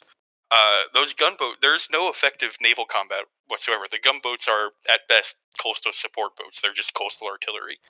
So one of the things that I've been trying to think about is because I know there's been hints at the naval update eventually coming in the next 12, 18 months, whatever that is. Yeah. But right now, the best option for naval combat, if you want to cut off naval Logi, is to get 8 people into a barge and then drop the ramp in the middle of the ocean and shoot somebody with an SMG. And I wanted to talk to Mark, and I want to just kind of see if there's eventually going to become a different classes of ship that do different things. There has to be a naval raider, a naval combatant. So that's just kind of one of the things I've been tossing around. The number one thing that needs to happen with naval anything needs to be direct fire. Some sort of direct anti-ship fire, because right now the only right now it's water drive-bys on barges, which is hilarious to look at, but it's stupid. Yes. And it's fun to be in, but it's stupid. And on the gunboat, it's just an artillery piece, which is powerful and good for offshore artillery. However, there needs to be a way to actually combat ships with a ship. Because if you are in a gunboat, the only real anti-ship weapon you have, let's be honest, is that machine gun. Yep. Exactly. It's not. People try. It's almost never successful using that RD piece, and I think it needs to be some sort of direct fire weapon. I've posted on the Reddit a suggestion where have it so that this gun can look 150 meters like a binoculars and can fire directly. However, there's shell travel time, you can only look like in a cone of about 25 meters. Like everything else is blacked out, and you need a spotter. Something like that. Some sort of direct fire weapon. That's the only way you'll truly have naval combat in the game. I'd love to see a 6 or 7 man ship where you have the different turrets, and it's just one of the things that my friend and I joined this game because we were sold by one of our been playing on the fact that there was naval combat, and we were in an artillery duel with a artillery ship, like two ships, and it was horrendous. We couldn't do it, and we're like, okay, something needs to change here. When they first came out, it was horrible. It was because you're moving, they're moving, and my aim is moving, and also now there's wind, so that's not happening. It's not good. The most effective anti-ship vehicle I've seen in game is a heavy tank destroyer, and that should say something about the current state of naval combat. Yeah, that sounds about right. And so that coupled with more water dedicated, water dominant, 85% plus water regions. adding other thing more complexity to water just in general, because on land we have foxholes and stuff which can hold land, but against water all you have really is the coastal guns, and so you have all this empty space that anyone can do anything basically. So even if they did add extra vehicles, it's like okay. I don't know, they need to add a little more depth. Spitballing. AI, AI. So oil wells with AI defenses, also maybe buoys with AI defenses. That's so dumb, but I don't know. I want to mine a colonial shipping route. I want to go water mines. I want to put a floating mine there, so if a freighter comes across it, basically blockade a port so they cannot run Logi into it. That'd be I need some balancing on that. Oh yeah, of course. Because like one of the old reasons why mines don't like trigger trucks is like way in the old days they used to actually do that, but people would grief too easily. And, but like you can imagine right now, partisan just go on the back line, they would just put mines on the road, and Logi wouldn't be able to do anything. And so freighters, seeing how that's going to be like probably at least for the moment until trains or some other way of transporting large amount of supplies from the farther and farther back lines, something like a water mine, they would have to be pretty well balanced not to destroy Logi, because you could just go there, dump it, leave, and then cause havoc, and someone loses 6 shipping containers. Yep. But again, that's why I'm not a dev, and I just play the game. Well, certainly, thank you for sharing the ideas, because I think a lot more people are of that same mindset. But in any case, I think we do have to move on to the next set of callers, but thank you so much for joining. Appreciate it. Sorry we couldn't get you to the devs, but you're all right. Hopefully next time. All right, coming up next is, I guess the only next person in the queue that's still here in the lounge is DonButtKick. I just want to mention real quick while he undeafens himself, that they undeafen themselves is, excuse me. I know some people have mentioned, why do you have the same people on over and over and over again? The truth is, we go by the queue. We go by the call queue. It's the same people who camp the call queue and are there right at the beginning of the call at the show. We are very hesitant to implement a rule where, okay, if you call this show, then you can't call the next show or the next 2 shows because you've already had your fill. One, because this show doesn't happen often enough or consistently enough to do that, and 2, maintaining a list like that is very tedious and annoying. So I don't know. I don't know. It's just gonna have to be. It's just gonna have to be. It is what it is. I'm sorry, but in any case, if DonButtKick is not able to join us, we might. You know what? Let's. We might. Let's. I don't want to throw anyone in that isn't in the call queue, so I won't do that. So we might. Well, we do have Spots. Spots, are you there? Yeah, I'm there. All right, so if you are, I think we have room for one more who's in the call queue. I don't know if Wuatduhf's going to join us. I don't know. Okay, we'll throw in Wuatduhf. Wuatduhf, welcome back to Zero Dark PressCorps. We'll go with Spots first. Spots, what did you have for us? I was just thinking about this for like a bit ago, like since they announced the building update. I'm thinking about basing it off of historical circumstances, the ability to build tank turrets separate from tanks, and then just playing the tank turrets in like a defensive position. Huh. Because so there's, I'm referring like what the Germans did during the Second World War, where they just build a tank turret separately from their tanks and use it as like a defensive AT weapon. Isn't that what the AT turrets were? Yeah, basically what the AT turrets were, but they got removed from the game. Instead, my idea is that we just build our faction's tanks turrets. Then we have to dig out then it's like 2 parts. You have to build the turrets and then transport them. And then you can just dig in the ground. You have to dig a hole in the ground where you want to place the turret at. Mm-hmm. Okay. Well, I will say, you know what? Faction-specific AT turrets for trenches would be really cool. That way they match.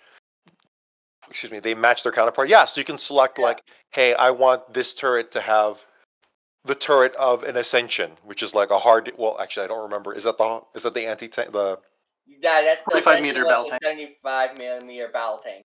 Yeah, so it has maybe longer range. However, it takes up like 4 tiles, 4 bunker pieces or something, and it's slower or something like that. So now you have pros and cons, not just for the vehicles themselves, but pros and cons for your buildings. That's an interesting idea. I'm gonna make things a lot deeper and more complex, but I think the devs like that line of thought.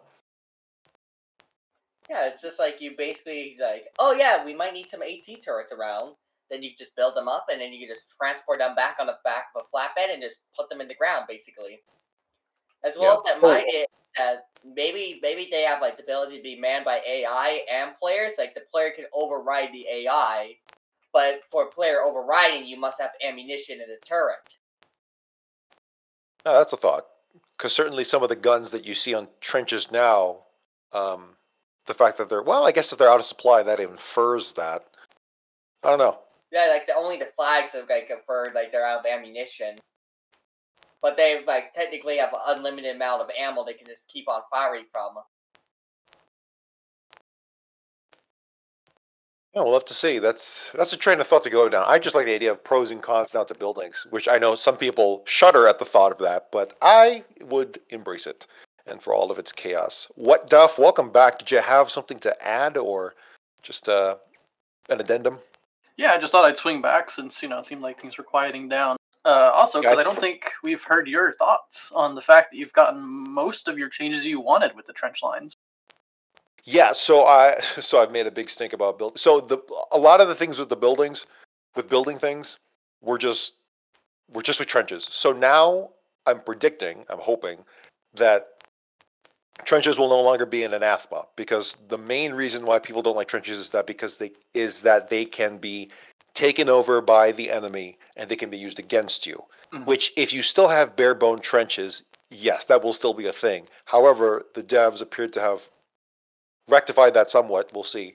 Yeah. By having not just the barbed wire attachments, but now the sandbag. I think that's going to be the secret here, is the sandbag attachments to the trenches, where you can now block use of a trench from a certain direction. Yeah, I love that as well. That might be the linchpin in everything. I do believe they did speak specifically. If the trench is connected to your team's bunker base or a bunker base on your faction, it will prevent the enemy from making any modifications. But if not connected, then it doesn't care. If the enemy tries to mess with it, it'll just let them. So just got to make sure it stays connected, which is, I guess, the path they want to take that down. So just being able to add attachments to everything related to the trench system, so the octagons, you couldn't do anything with octagons and trench connectors. Now you can finally put the same things that you can do on a regular trench to octagons and trench connectors. Actually, and I wasn't even correction about the octagons. You can't put a trench roof on them. Can't put a trench what? Trench roof. Oh, a trench roof. Okay, that's fine. That's perfectly fine. But just in terms of the sandbags and the barbed wire, that's all I wanted with them, personally. So because that dictates the flow of how they're used.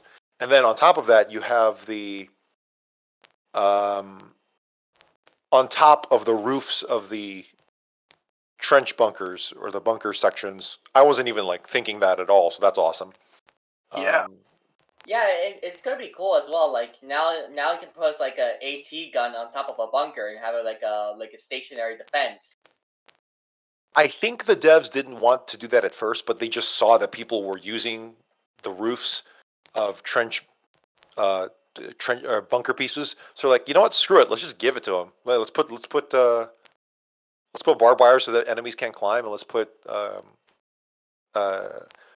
sandbags so that people can actually fire off them properly. Honestly, they're just turning it. This is like SimCity, the SimCity update, and I'm absolutely for that. I'm 1000% for that. Oh, and finally, trenches, like tiny little trench pieces, modular systems for the bridges. Finally, thank God, because those things were also things that could be exploited. Oh, right, as well as that, there's one flaw in this update. Barbed wire fences are just better barbed wire. Debatable, but there's a reason why you might just build barbed wire fence over barbed wire, because it just completely blocks the player's movement. Keep in mind, I'm actually seeing more likely a combination of the two. You have the barbed wire in the first row to slow down the players, then the barbed wire fence. Keep in mind, the barbed wire fence blocks both teams' vehicles from being able to cross it. Right. And it will also prevent vehicles from shooting over it, I believe, because it has quite a decently high hitbox. Maybe that's what needs to be adjusted on it, because you can't shoot anything over the fence. Yeah, so honestly, just those changes that I mentioned alone, by themselves, I think are way bigger than people are realizing, because the number one reason why people didn't use trenches is because they can be used by the enemy. Now they still can if you leave it alone, but with these attachments, I think that's going to need to be like, hey, you cannot build a trench until you put a sandbag, not even a barbed wire, but a sandbag down on them. Yeah. It's kind of like a compromise, because people were saying, let's do trench steps, or like a step trench, excuse me. So that way it inherently can't be used by the enemy. But I think this is a compromise, so we'll see how it plays out. I got another question for you. What Yeah. do you think about the new regions? Oh, I don't know about the specific. I haven't looked into any kind of depth about the regions in specifically. I just like the fact that there's 7 more up top, 7 more on the bottom, and. Oh wait, you haven't seen the new regions exactly. The southern part of the map looks more like Italy now. Yeah, I saw from the screenshots at least what they're going to look like, and again, I have not touched Dev Branch. I don't have time. I didn't have the time for it. I don't know if I'll have time for it. But I have, but I can describe this. You know how big Saltbrook is. Yeah. You think Saltbrook is a giant city. Wait until you see Columns Cape and Thrizio. They're bigger than Saltbrook. That's good. I think what region are they in? They're in Columns. If I'm correct, it's like it's Columns Keep is in Columns Cape. Yep. And Thrizio is in Terminus. Terminus in the southeast. And of course the Red River. That one's Oh yeah, that does interesting look, from region. Foxhole stats. That looks like a big city, and I'm all for that. Oh, it's got a grid system almost. That looks good. Yeah, as well as that, they have you remember the Red River event? Yeah. They actually have the wall from Red River event still in the game. Yeah. I saw Bear mention that, and he posted about that. That's really cool. I feel sorry for waterlogy in that region. Oh my. I actually drove down that river in a freighter to see how long it takes. It takes 10 minutes just to get out of the region from the main hub of the seaport. Oh Love god, it. that sounds Absolutely cancerous. no. I love it. Great. More travel time. I'm not joking. Unironically, more travel time. Give me more depth. One of my favorite things to do is just drive. Travel, trucking. That's partially, one of many reasons why I made the radio. Why I made PressCorps Radio. Just give me something to immerse myself in. All I want now is radio truck communicate, like CB radios, where I can talk to other people. I know technically you could do that with squads, but something like a genuine CB radio in the game would be awesome. Oh my god, that'd be cool. Oh right, as well as that, because Matt has been doing the lore things, we actually got the continent. We got the name of the continent that Foxhole takes place on. Yeah, it's Raqqa, apparently. Raqqa, yeah. Not gonna lie, I don't like that name at all, but it is what it is. Raqqa. That's the name of the continent we fight in. Raqqa. Sounds like something from Africa. I was gonna say it sounds like something Pac-Man would say. Actually, the canonical shape of the continent we find out is actually just one giant Pac-Man.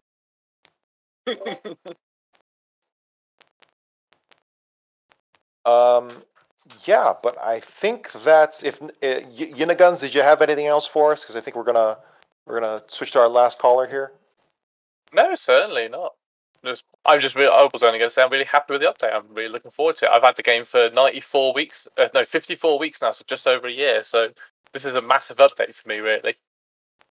Yeah, you're joined at just the right time, where a lot of features are now being implemented with the trench system alone. Again, I cannot overstate, I think, how important just having sandbags on a trench will be for the flow of the entire game. But yeah, I think it's gonna be important. Yeah, so thank you so much for stopping by, you three. Appreciate you, and we'll see if we can get Sorry, Thanks I for am having me. talking in Discord, or typing in Discord. All right, farewell. See ya. Yeah, I think we will close out with. We'll close it. We'll do two. We'll do Draccos. Hey Draccos, how are you? Again, when I drag people in, it's completely out of the blue, so I need to give people time to respond. We'll go with Draccos and then with DonButtKick if he comes back in, and we'll close. Good, man. How's it going, Geoffrey? Can you hear me? Yes. Yes. What'd you have for us? All right. So pretty much, I talked to during the live stream. Can you hear me? Okay. First of all, you hear me? Yes. All right. So during our live stream here, Zero Dark. By the way, congratulations, Geoffrey Jennings. Got to give you a big hug, a big pat on the back for saying that you were the one that started all of this. I'm just a fan. I'm part of the team now. Sure. Everybody that's on team here with you, we all love you for what you've done here. This is amazing. I'm so proud of you to be able to get sponsored. Just congratulations first and foremost. Might have already told you this in PMs. But to get to the juicy stuff that was in... Yeah, it's very welcome, dude. You know I love you, man. To get to the juicy stuff, though, I'm trying to keep this brief. There was a couple of suggestions thrown out by a couple of fans of mine on different feeds. I'm not going to mention the names, but the rhyme with you, this, and dip that, and whatever. Anyway, few suggestions were thrown out about ideas that I thought were fantastic that should be shared with you guys. One guy brought up the idea of making customizable sized watchtowers, like make different size tier watchtowers, maybe even watchtowers that can have AI within a certain range of a bob base that has the right votes, or a fob that's nearby within range as well, that can maybe have like an AI sniper in it that does like a one shot per so long. The guy brought up an amazing idea of different tiers of towers. Like the taller the tower, the more range it can cover at a specific range, and then at the same time take more damage. But at the same time also be more visible on the map for scouts to be able to find and blow up. Yeah. So it was just some really good ideas that this guy. His name was actually Mark himself, not clap for it. His name's Mark on my other feed, but he threw this idea out about the tower. I just thought I'd run that by you guys. How do you guys feel about that? So DonButtKick, we're in kind of mini roundtable mode here, so feel free to chime in as well with the discussion. Yeah, I think it'd be interesting. It'd be cool if the builder can customize how far out they want the radius to be. Like you could say, okay, I want it exactly 27 meters for whatever reason that they would want that.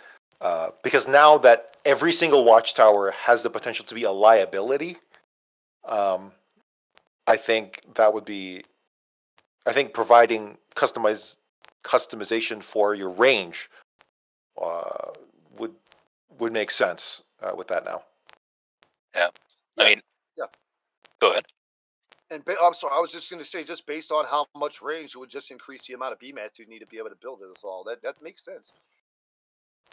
I generally feel they're going to see more selective watchtowers because, as you just said, every watchtower is going to become a liability, and therefore you're probably going to see more strategically placed watchtowers, but a lot less of them. At least that's what I'm expecting. I am very curious to see how the Intel game changes because it's long been it's been practically untouched for a long time now, and seeing how Intel is just a given, right? You just spam watchtowers everywhere. You always should have a radio on for the most part if you plan on living for more than 10 seconds. So just the mentality alone will change. Well, maybe at first it'll be spammed, and no, you have to plan ahead because you don't want to be on a team killing spree in terms of watchtowers when those buildings come out. So you got to do plan ahead. I wonder what other ways the Intel game might change just off of that alone. I've always thought that this is going to be controversial. I've always thought it should be that you should not have total access to the map at all times. Not like just the basic map, like where roads are, but intelligence. I don't know if that's necessary anymore, if that's too out of the blue or too out of the way with how things will change now. But I don't know. It's going to be interesting. I mean, I think the tower system. I'm sorry. Go ahead. Oh, okay. Thank you very much. I feel generally players thrive on the idea that they are, in some sense, at least in control of the game world. Essentially, they shaped the war, right? And especially Foxhole, which is meant to be this really player-driven war.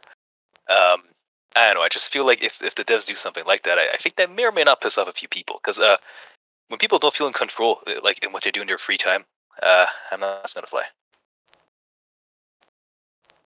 Yeah. Draccos, did you have anything else? I have a couple other things, but I'll just keep it down to the last one here for the sake of time. I know you're at the end of your rope here for the broadcast here, and I know you want to get about your business and day and such, Geoffrey. So check it out.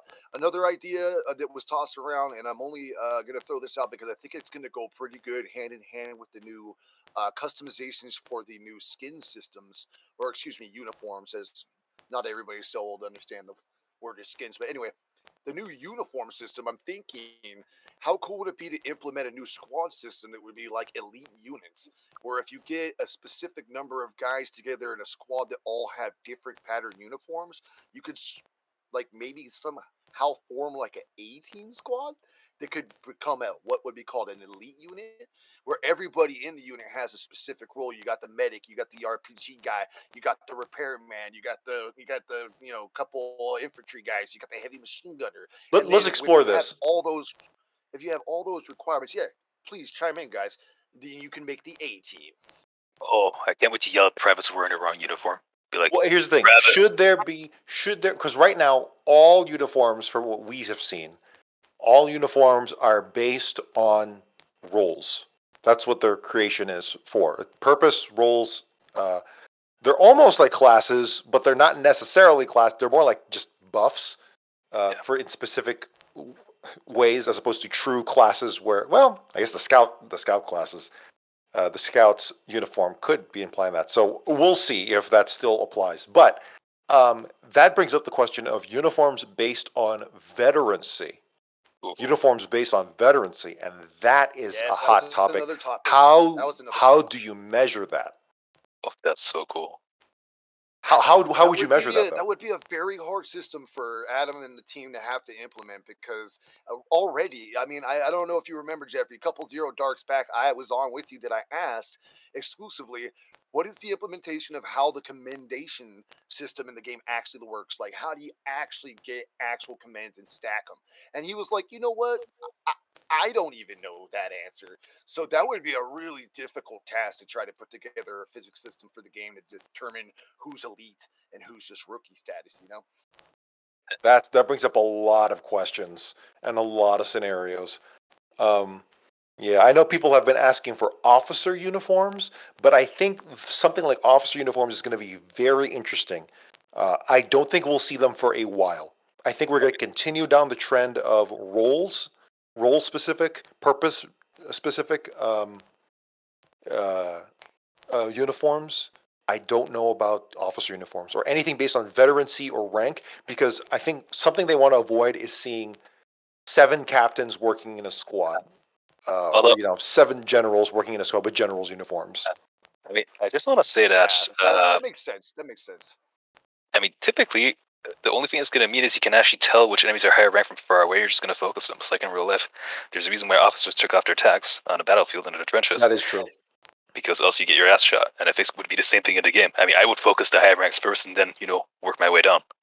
I mean, people are going to focus medics, right? That's been the long-standing joke. Where if anyone who suggested medic uniforms, they say, "Okay, yeah, sure, medic uniforms. If you want me to target the giant cross on your helmet, I'll prioritize you first." Absolutely.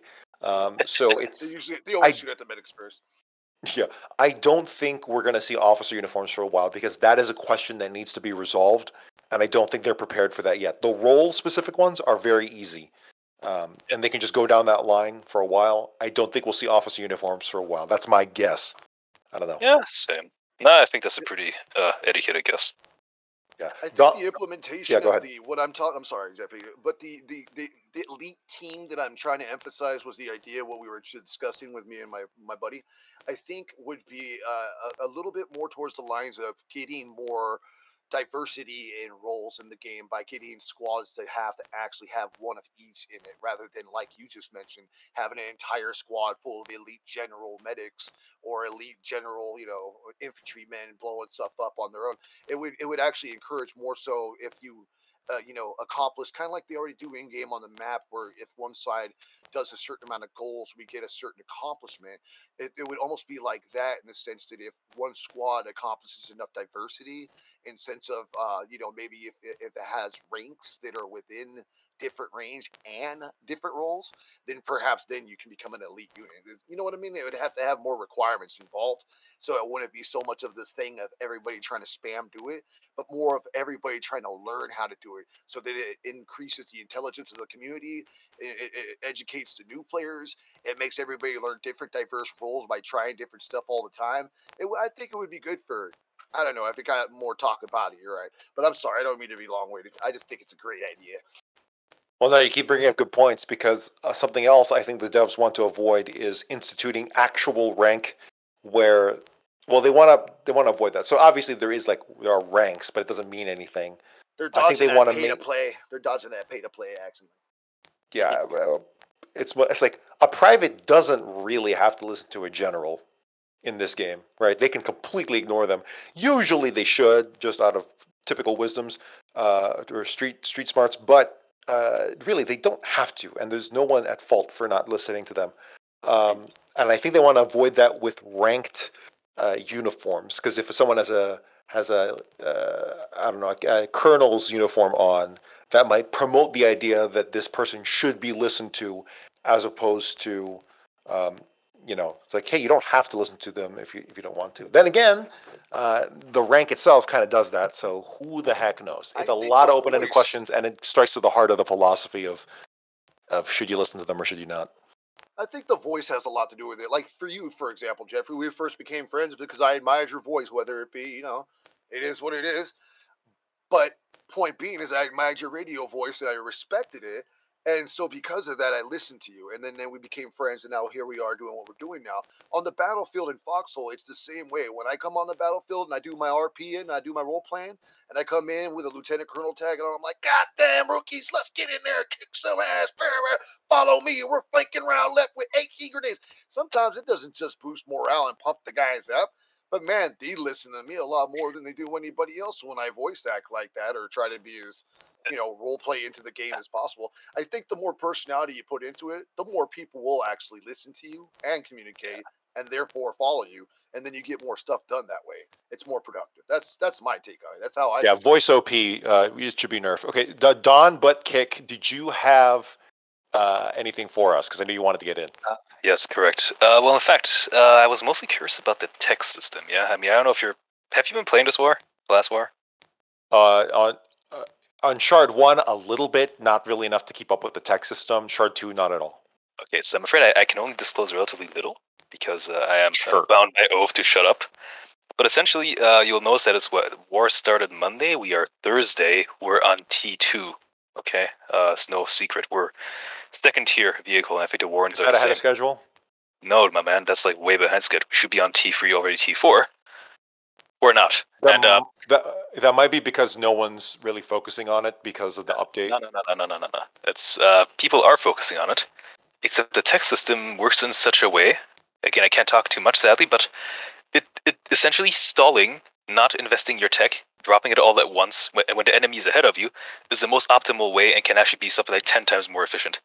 So essentially, the tech system is an issue because essentially it's just a bit sad when you're like day 5 in the war and you just got LEVs. Like, what I'm trying to say is that the tech system is a bit strange at the moment. It doesn't work the way I feel that it was meant to. And I mean, obviously the devs are gone now, I guess, but I would be very curious to see just what they think if they've tried it, if they've felt it, because it's extremely, it's very grindy. It's relatively arcane, obscure. I would even say opaque, without mentioning obtuse. But the main issue is especially that in its current state, it's a huge grind, a huge time investment. It's a gigantic source of conflict. Like privates get shot at if they get close to the EC because people assume they're alts. So I'm just saying that the tech system right now is more a creator of division rather than a team effort. It feels more like every hour there's at least one argument on like World Chat about tech and blah blah blah. Someone didn't tech this. And so I'm just curious about like the devs. Like, do they know? Have they been watching the tech the last wars? They know. They fully know all of these sentiments that you've shared, because every single show someone mentions it. And also, it's just that sentiment has been spammed constantly every day for the past year plus, 2 years plus. So they definitely know whether they think it just needs more tweaking or whether they have something in plan where they just fundamentally change the whole thing, which I doubt. I have no idea. I agree with all those sentiments. So what would you replace it with? Let's say you had a blank slate to work with. How would you approach tech? I mean, if I'm looking at existing systems in the game, so what is tech? Tech is essentially the expression of their team's will through the mean of votes. Votes being the submission of tech materials into making kits, right? So essentially, what is the similar system of expression of team will? It's if you have a bunker base and you want to get a storm cannon, but your friends want to get a large garrison, and so you yell at each other, and you set spawn, and then you just vote. And there's no resource investment, there's no grinding. I mean, there's also stupid systems like being AFK all night at your bob all day and dropping 30k scrap in it because it goes faster for some reason. But at least you don't have to, like, when I watch these people who deal with tech all day, it makes me sad. I used to do a lot of tech, and it was some of the darkest times in my gaming life, let's just put it that way. And it's just like a game is meant to be fun. Like, I understand Foxhole's a bit special. There's a bit of, the grind is respected, which I actually find quite cool. But holy shit, like, if you actually do full-time teching in Foxhole, it's less of a game and more of a job. It's about as stressful, and You could say you could say that about a lot of MMOs where they have the grinding aspect to it. Not that that's good. I'm just saying I think it's a little more. It's a thing that you see in every MMO, but I would like to see that reduced because I mean there are people who enjoy scrapping like me. Like I literally just like scrapping. I don't know why. I just like doing it. But in terms of teching, in terms of teching, it's really interesting. So you mentioned. Did you mean to say, or if I'm understanding this correctly, whenever someone builds something, it makes it cheaper and faster to build over time? What do you mean? In what sense? How would you rebuild the tech system? Because I don't think it was very clear how. Oh yeah, no. Essentially, you take the Bob system. Yeah. So team goes to Bob's set spawn, votes for upgrades.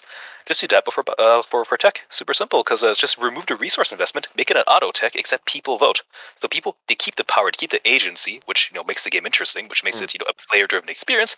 But it removes this insane grind aspect, and also it fixes balance issues because let's be honest, the reason why the tech system is working the way it's working right now, it's because of balance issues. Because the game tries to balance between Wardens and Colonials. They try to see who's ahead in tech, who's behind, etc.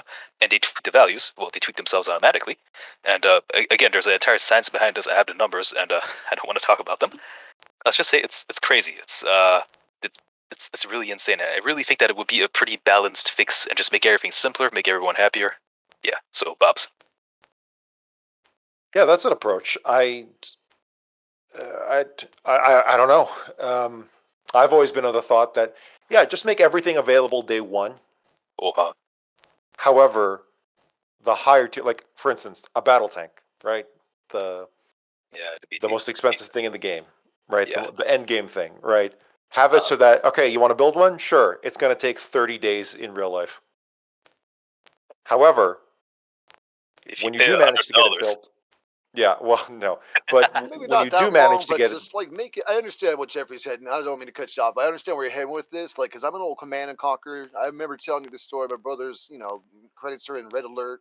I'm old school real time strategy. I believe the same way as you. We should have everything on day one, but you just can't have somebody in the first 30 minutes of the war making a battle tank and just rolling in the back line of the enemy and just steamrolling through a bunch of rookie players and ruining the game. You know what I mean? You got to make it worth a little more than, like you said, maybe not 30 days, but at least make it worth a little bit of time. Well, 30 days in real life, like an actual real life month.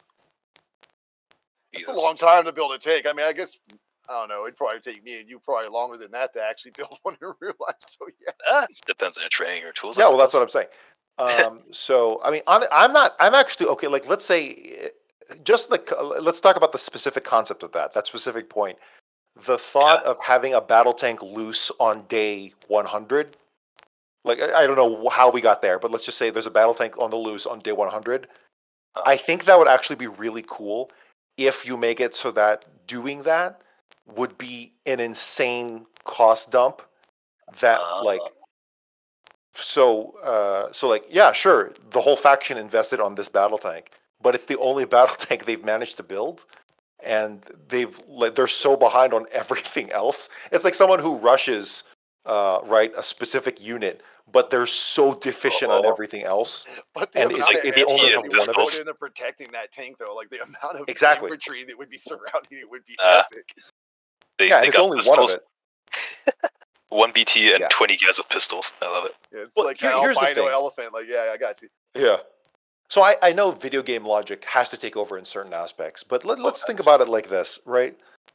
Why on earth are we researching or teching the same things for every war? And do we really need to tech like because okay, so in real life, and I know let's just roll with this logic for a minute because I know like real life it's a video game, whatever. But in real life, technology expands on itself throughout history, war after war, right? Wait. I actually have a relatively decent answer for this potentially. Yeah, So, go. at this point in time, it seems like the colonial homeland is, to some extent, gone. The Wardens, their homeland is currently occupied.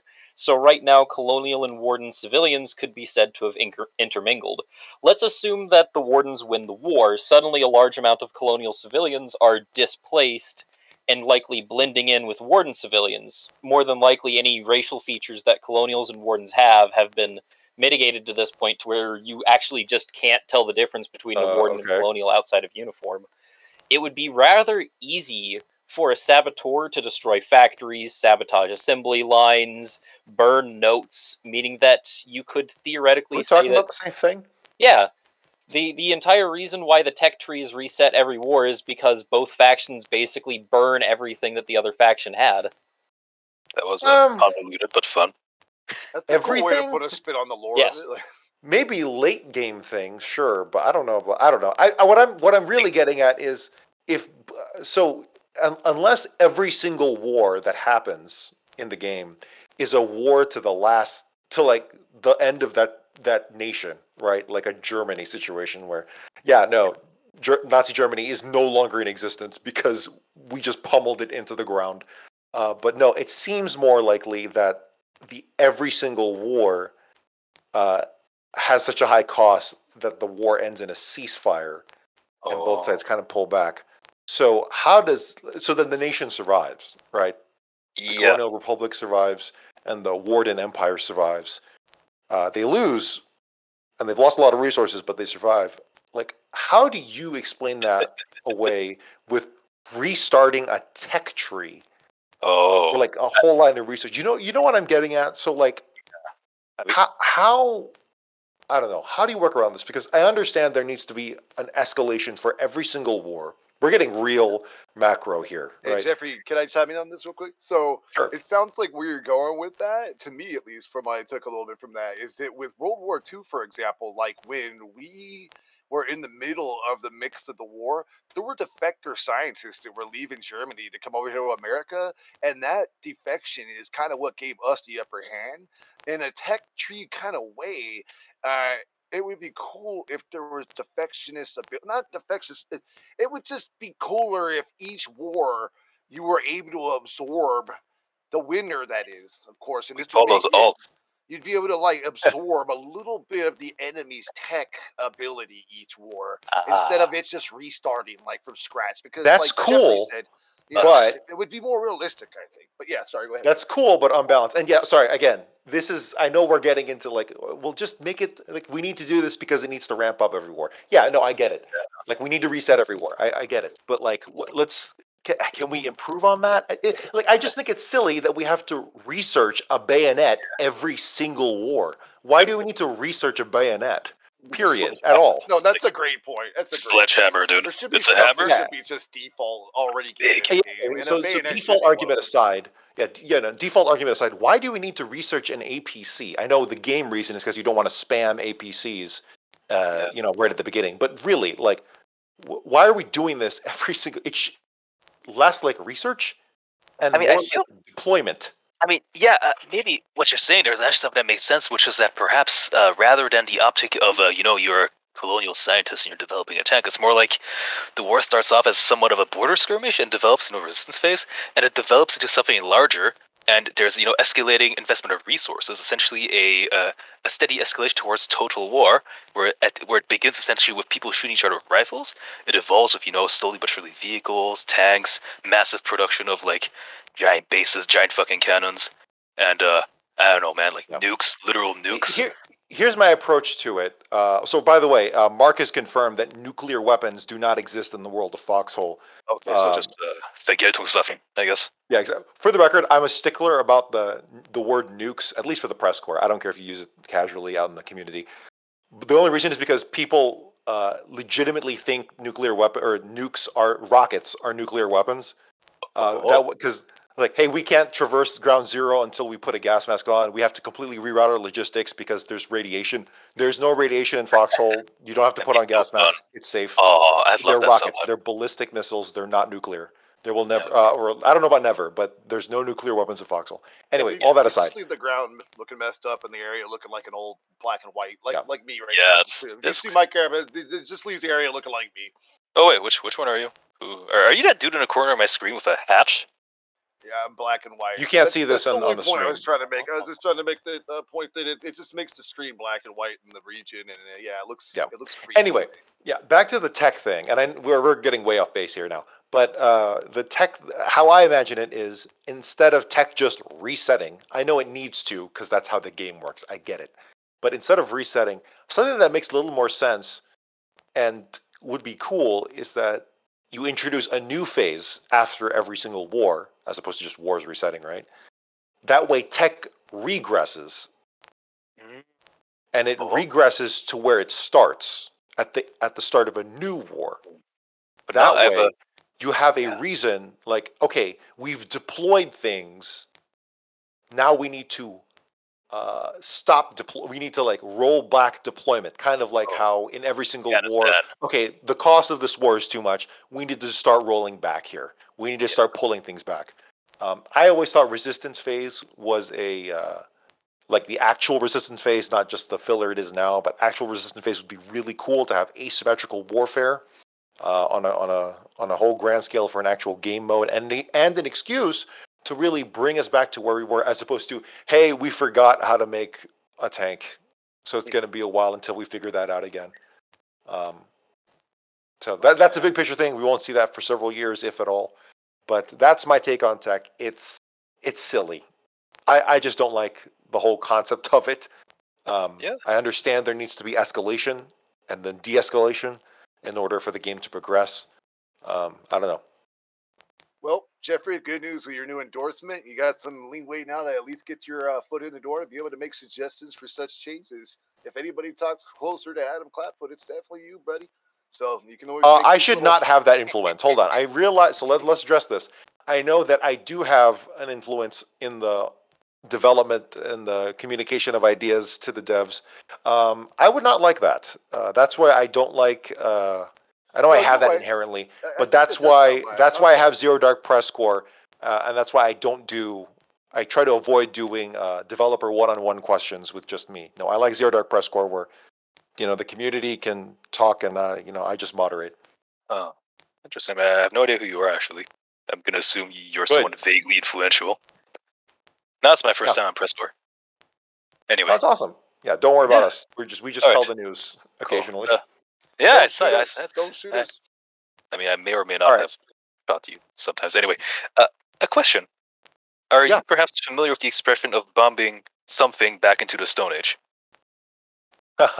Yes, I do. And are you familiar? Are you familiar with the idea that some random smart dude once said, or wrote, or I don't know what he did? He was like, I don't know what the next World War will be fought with, but I know that the one after that will be with sticks and stones.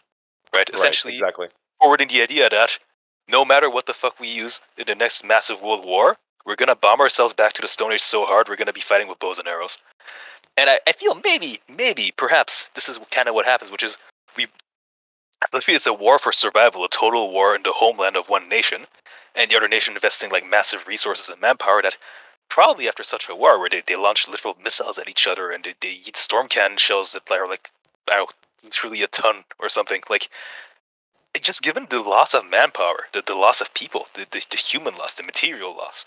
Now, not to mention, just the general cost of rerouting your entire industry and society and culture into waging war. Yeah, I can imagine people getting back to rifles within like 10 years of that. I mean, yeah. Sure.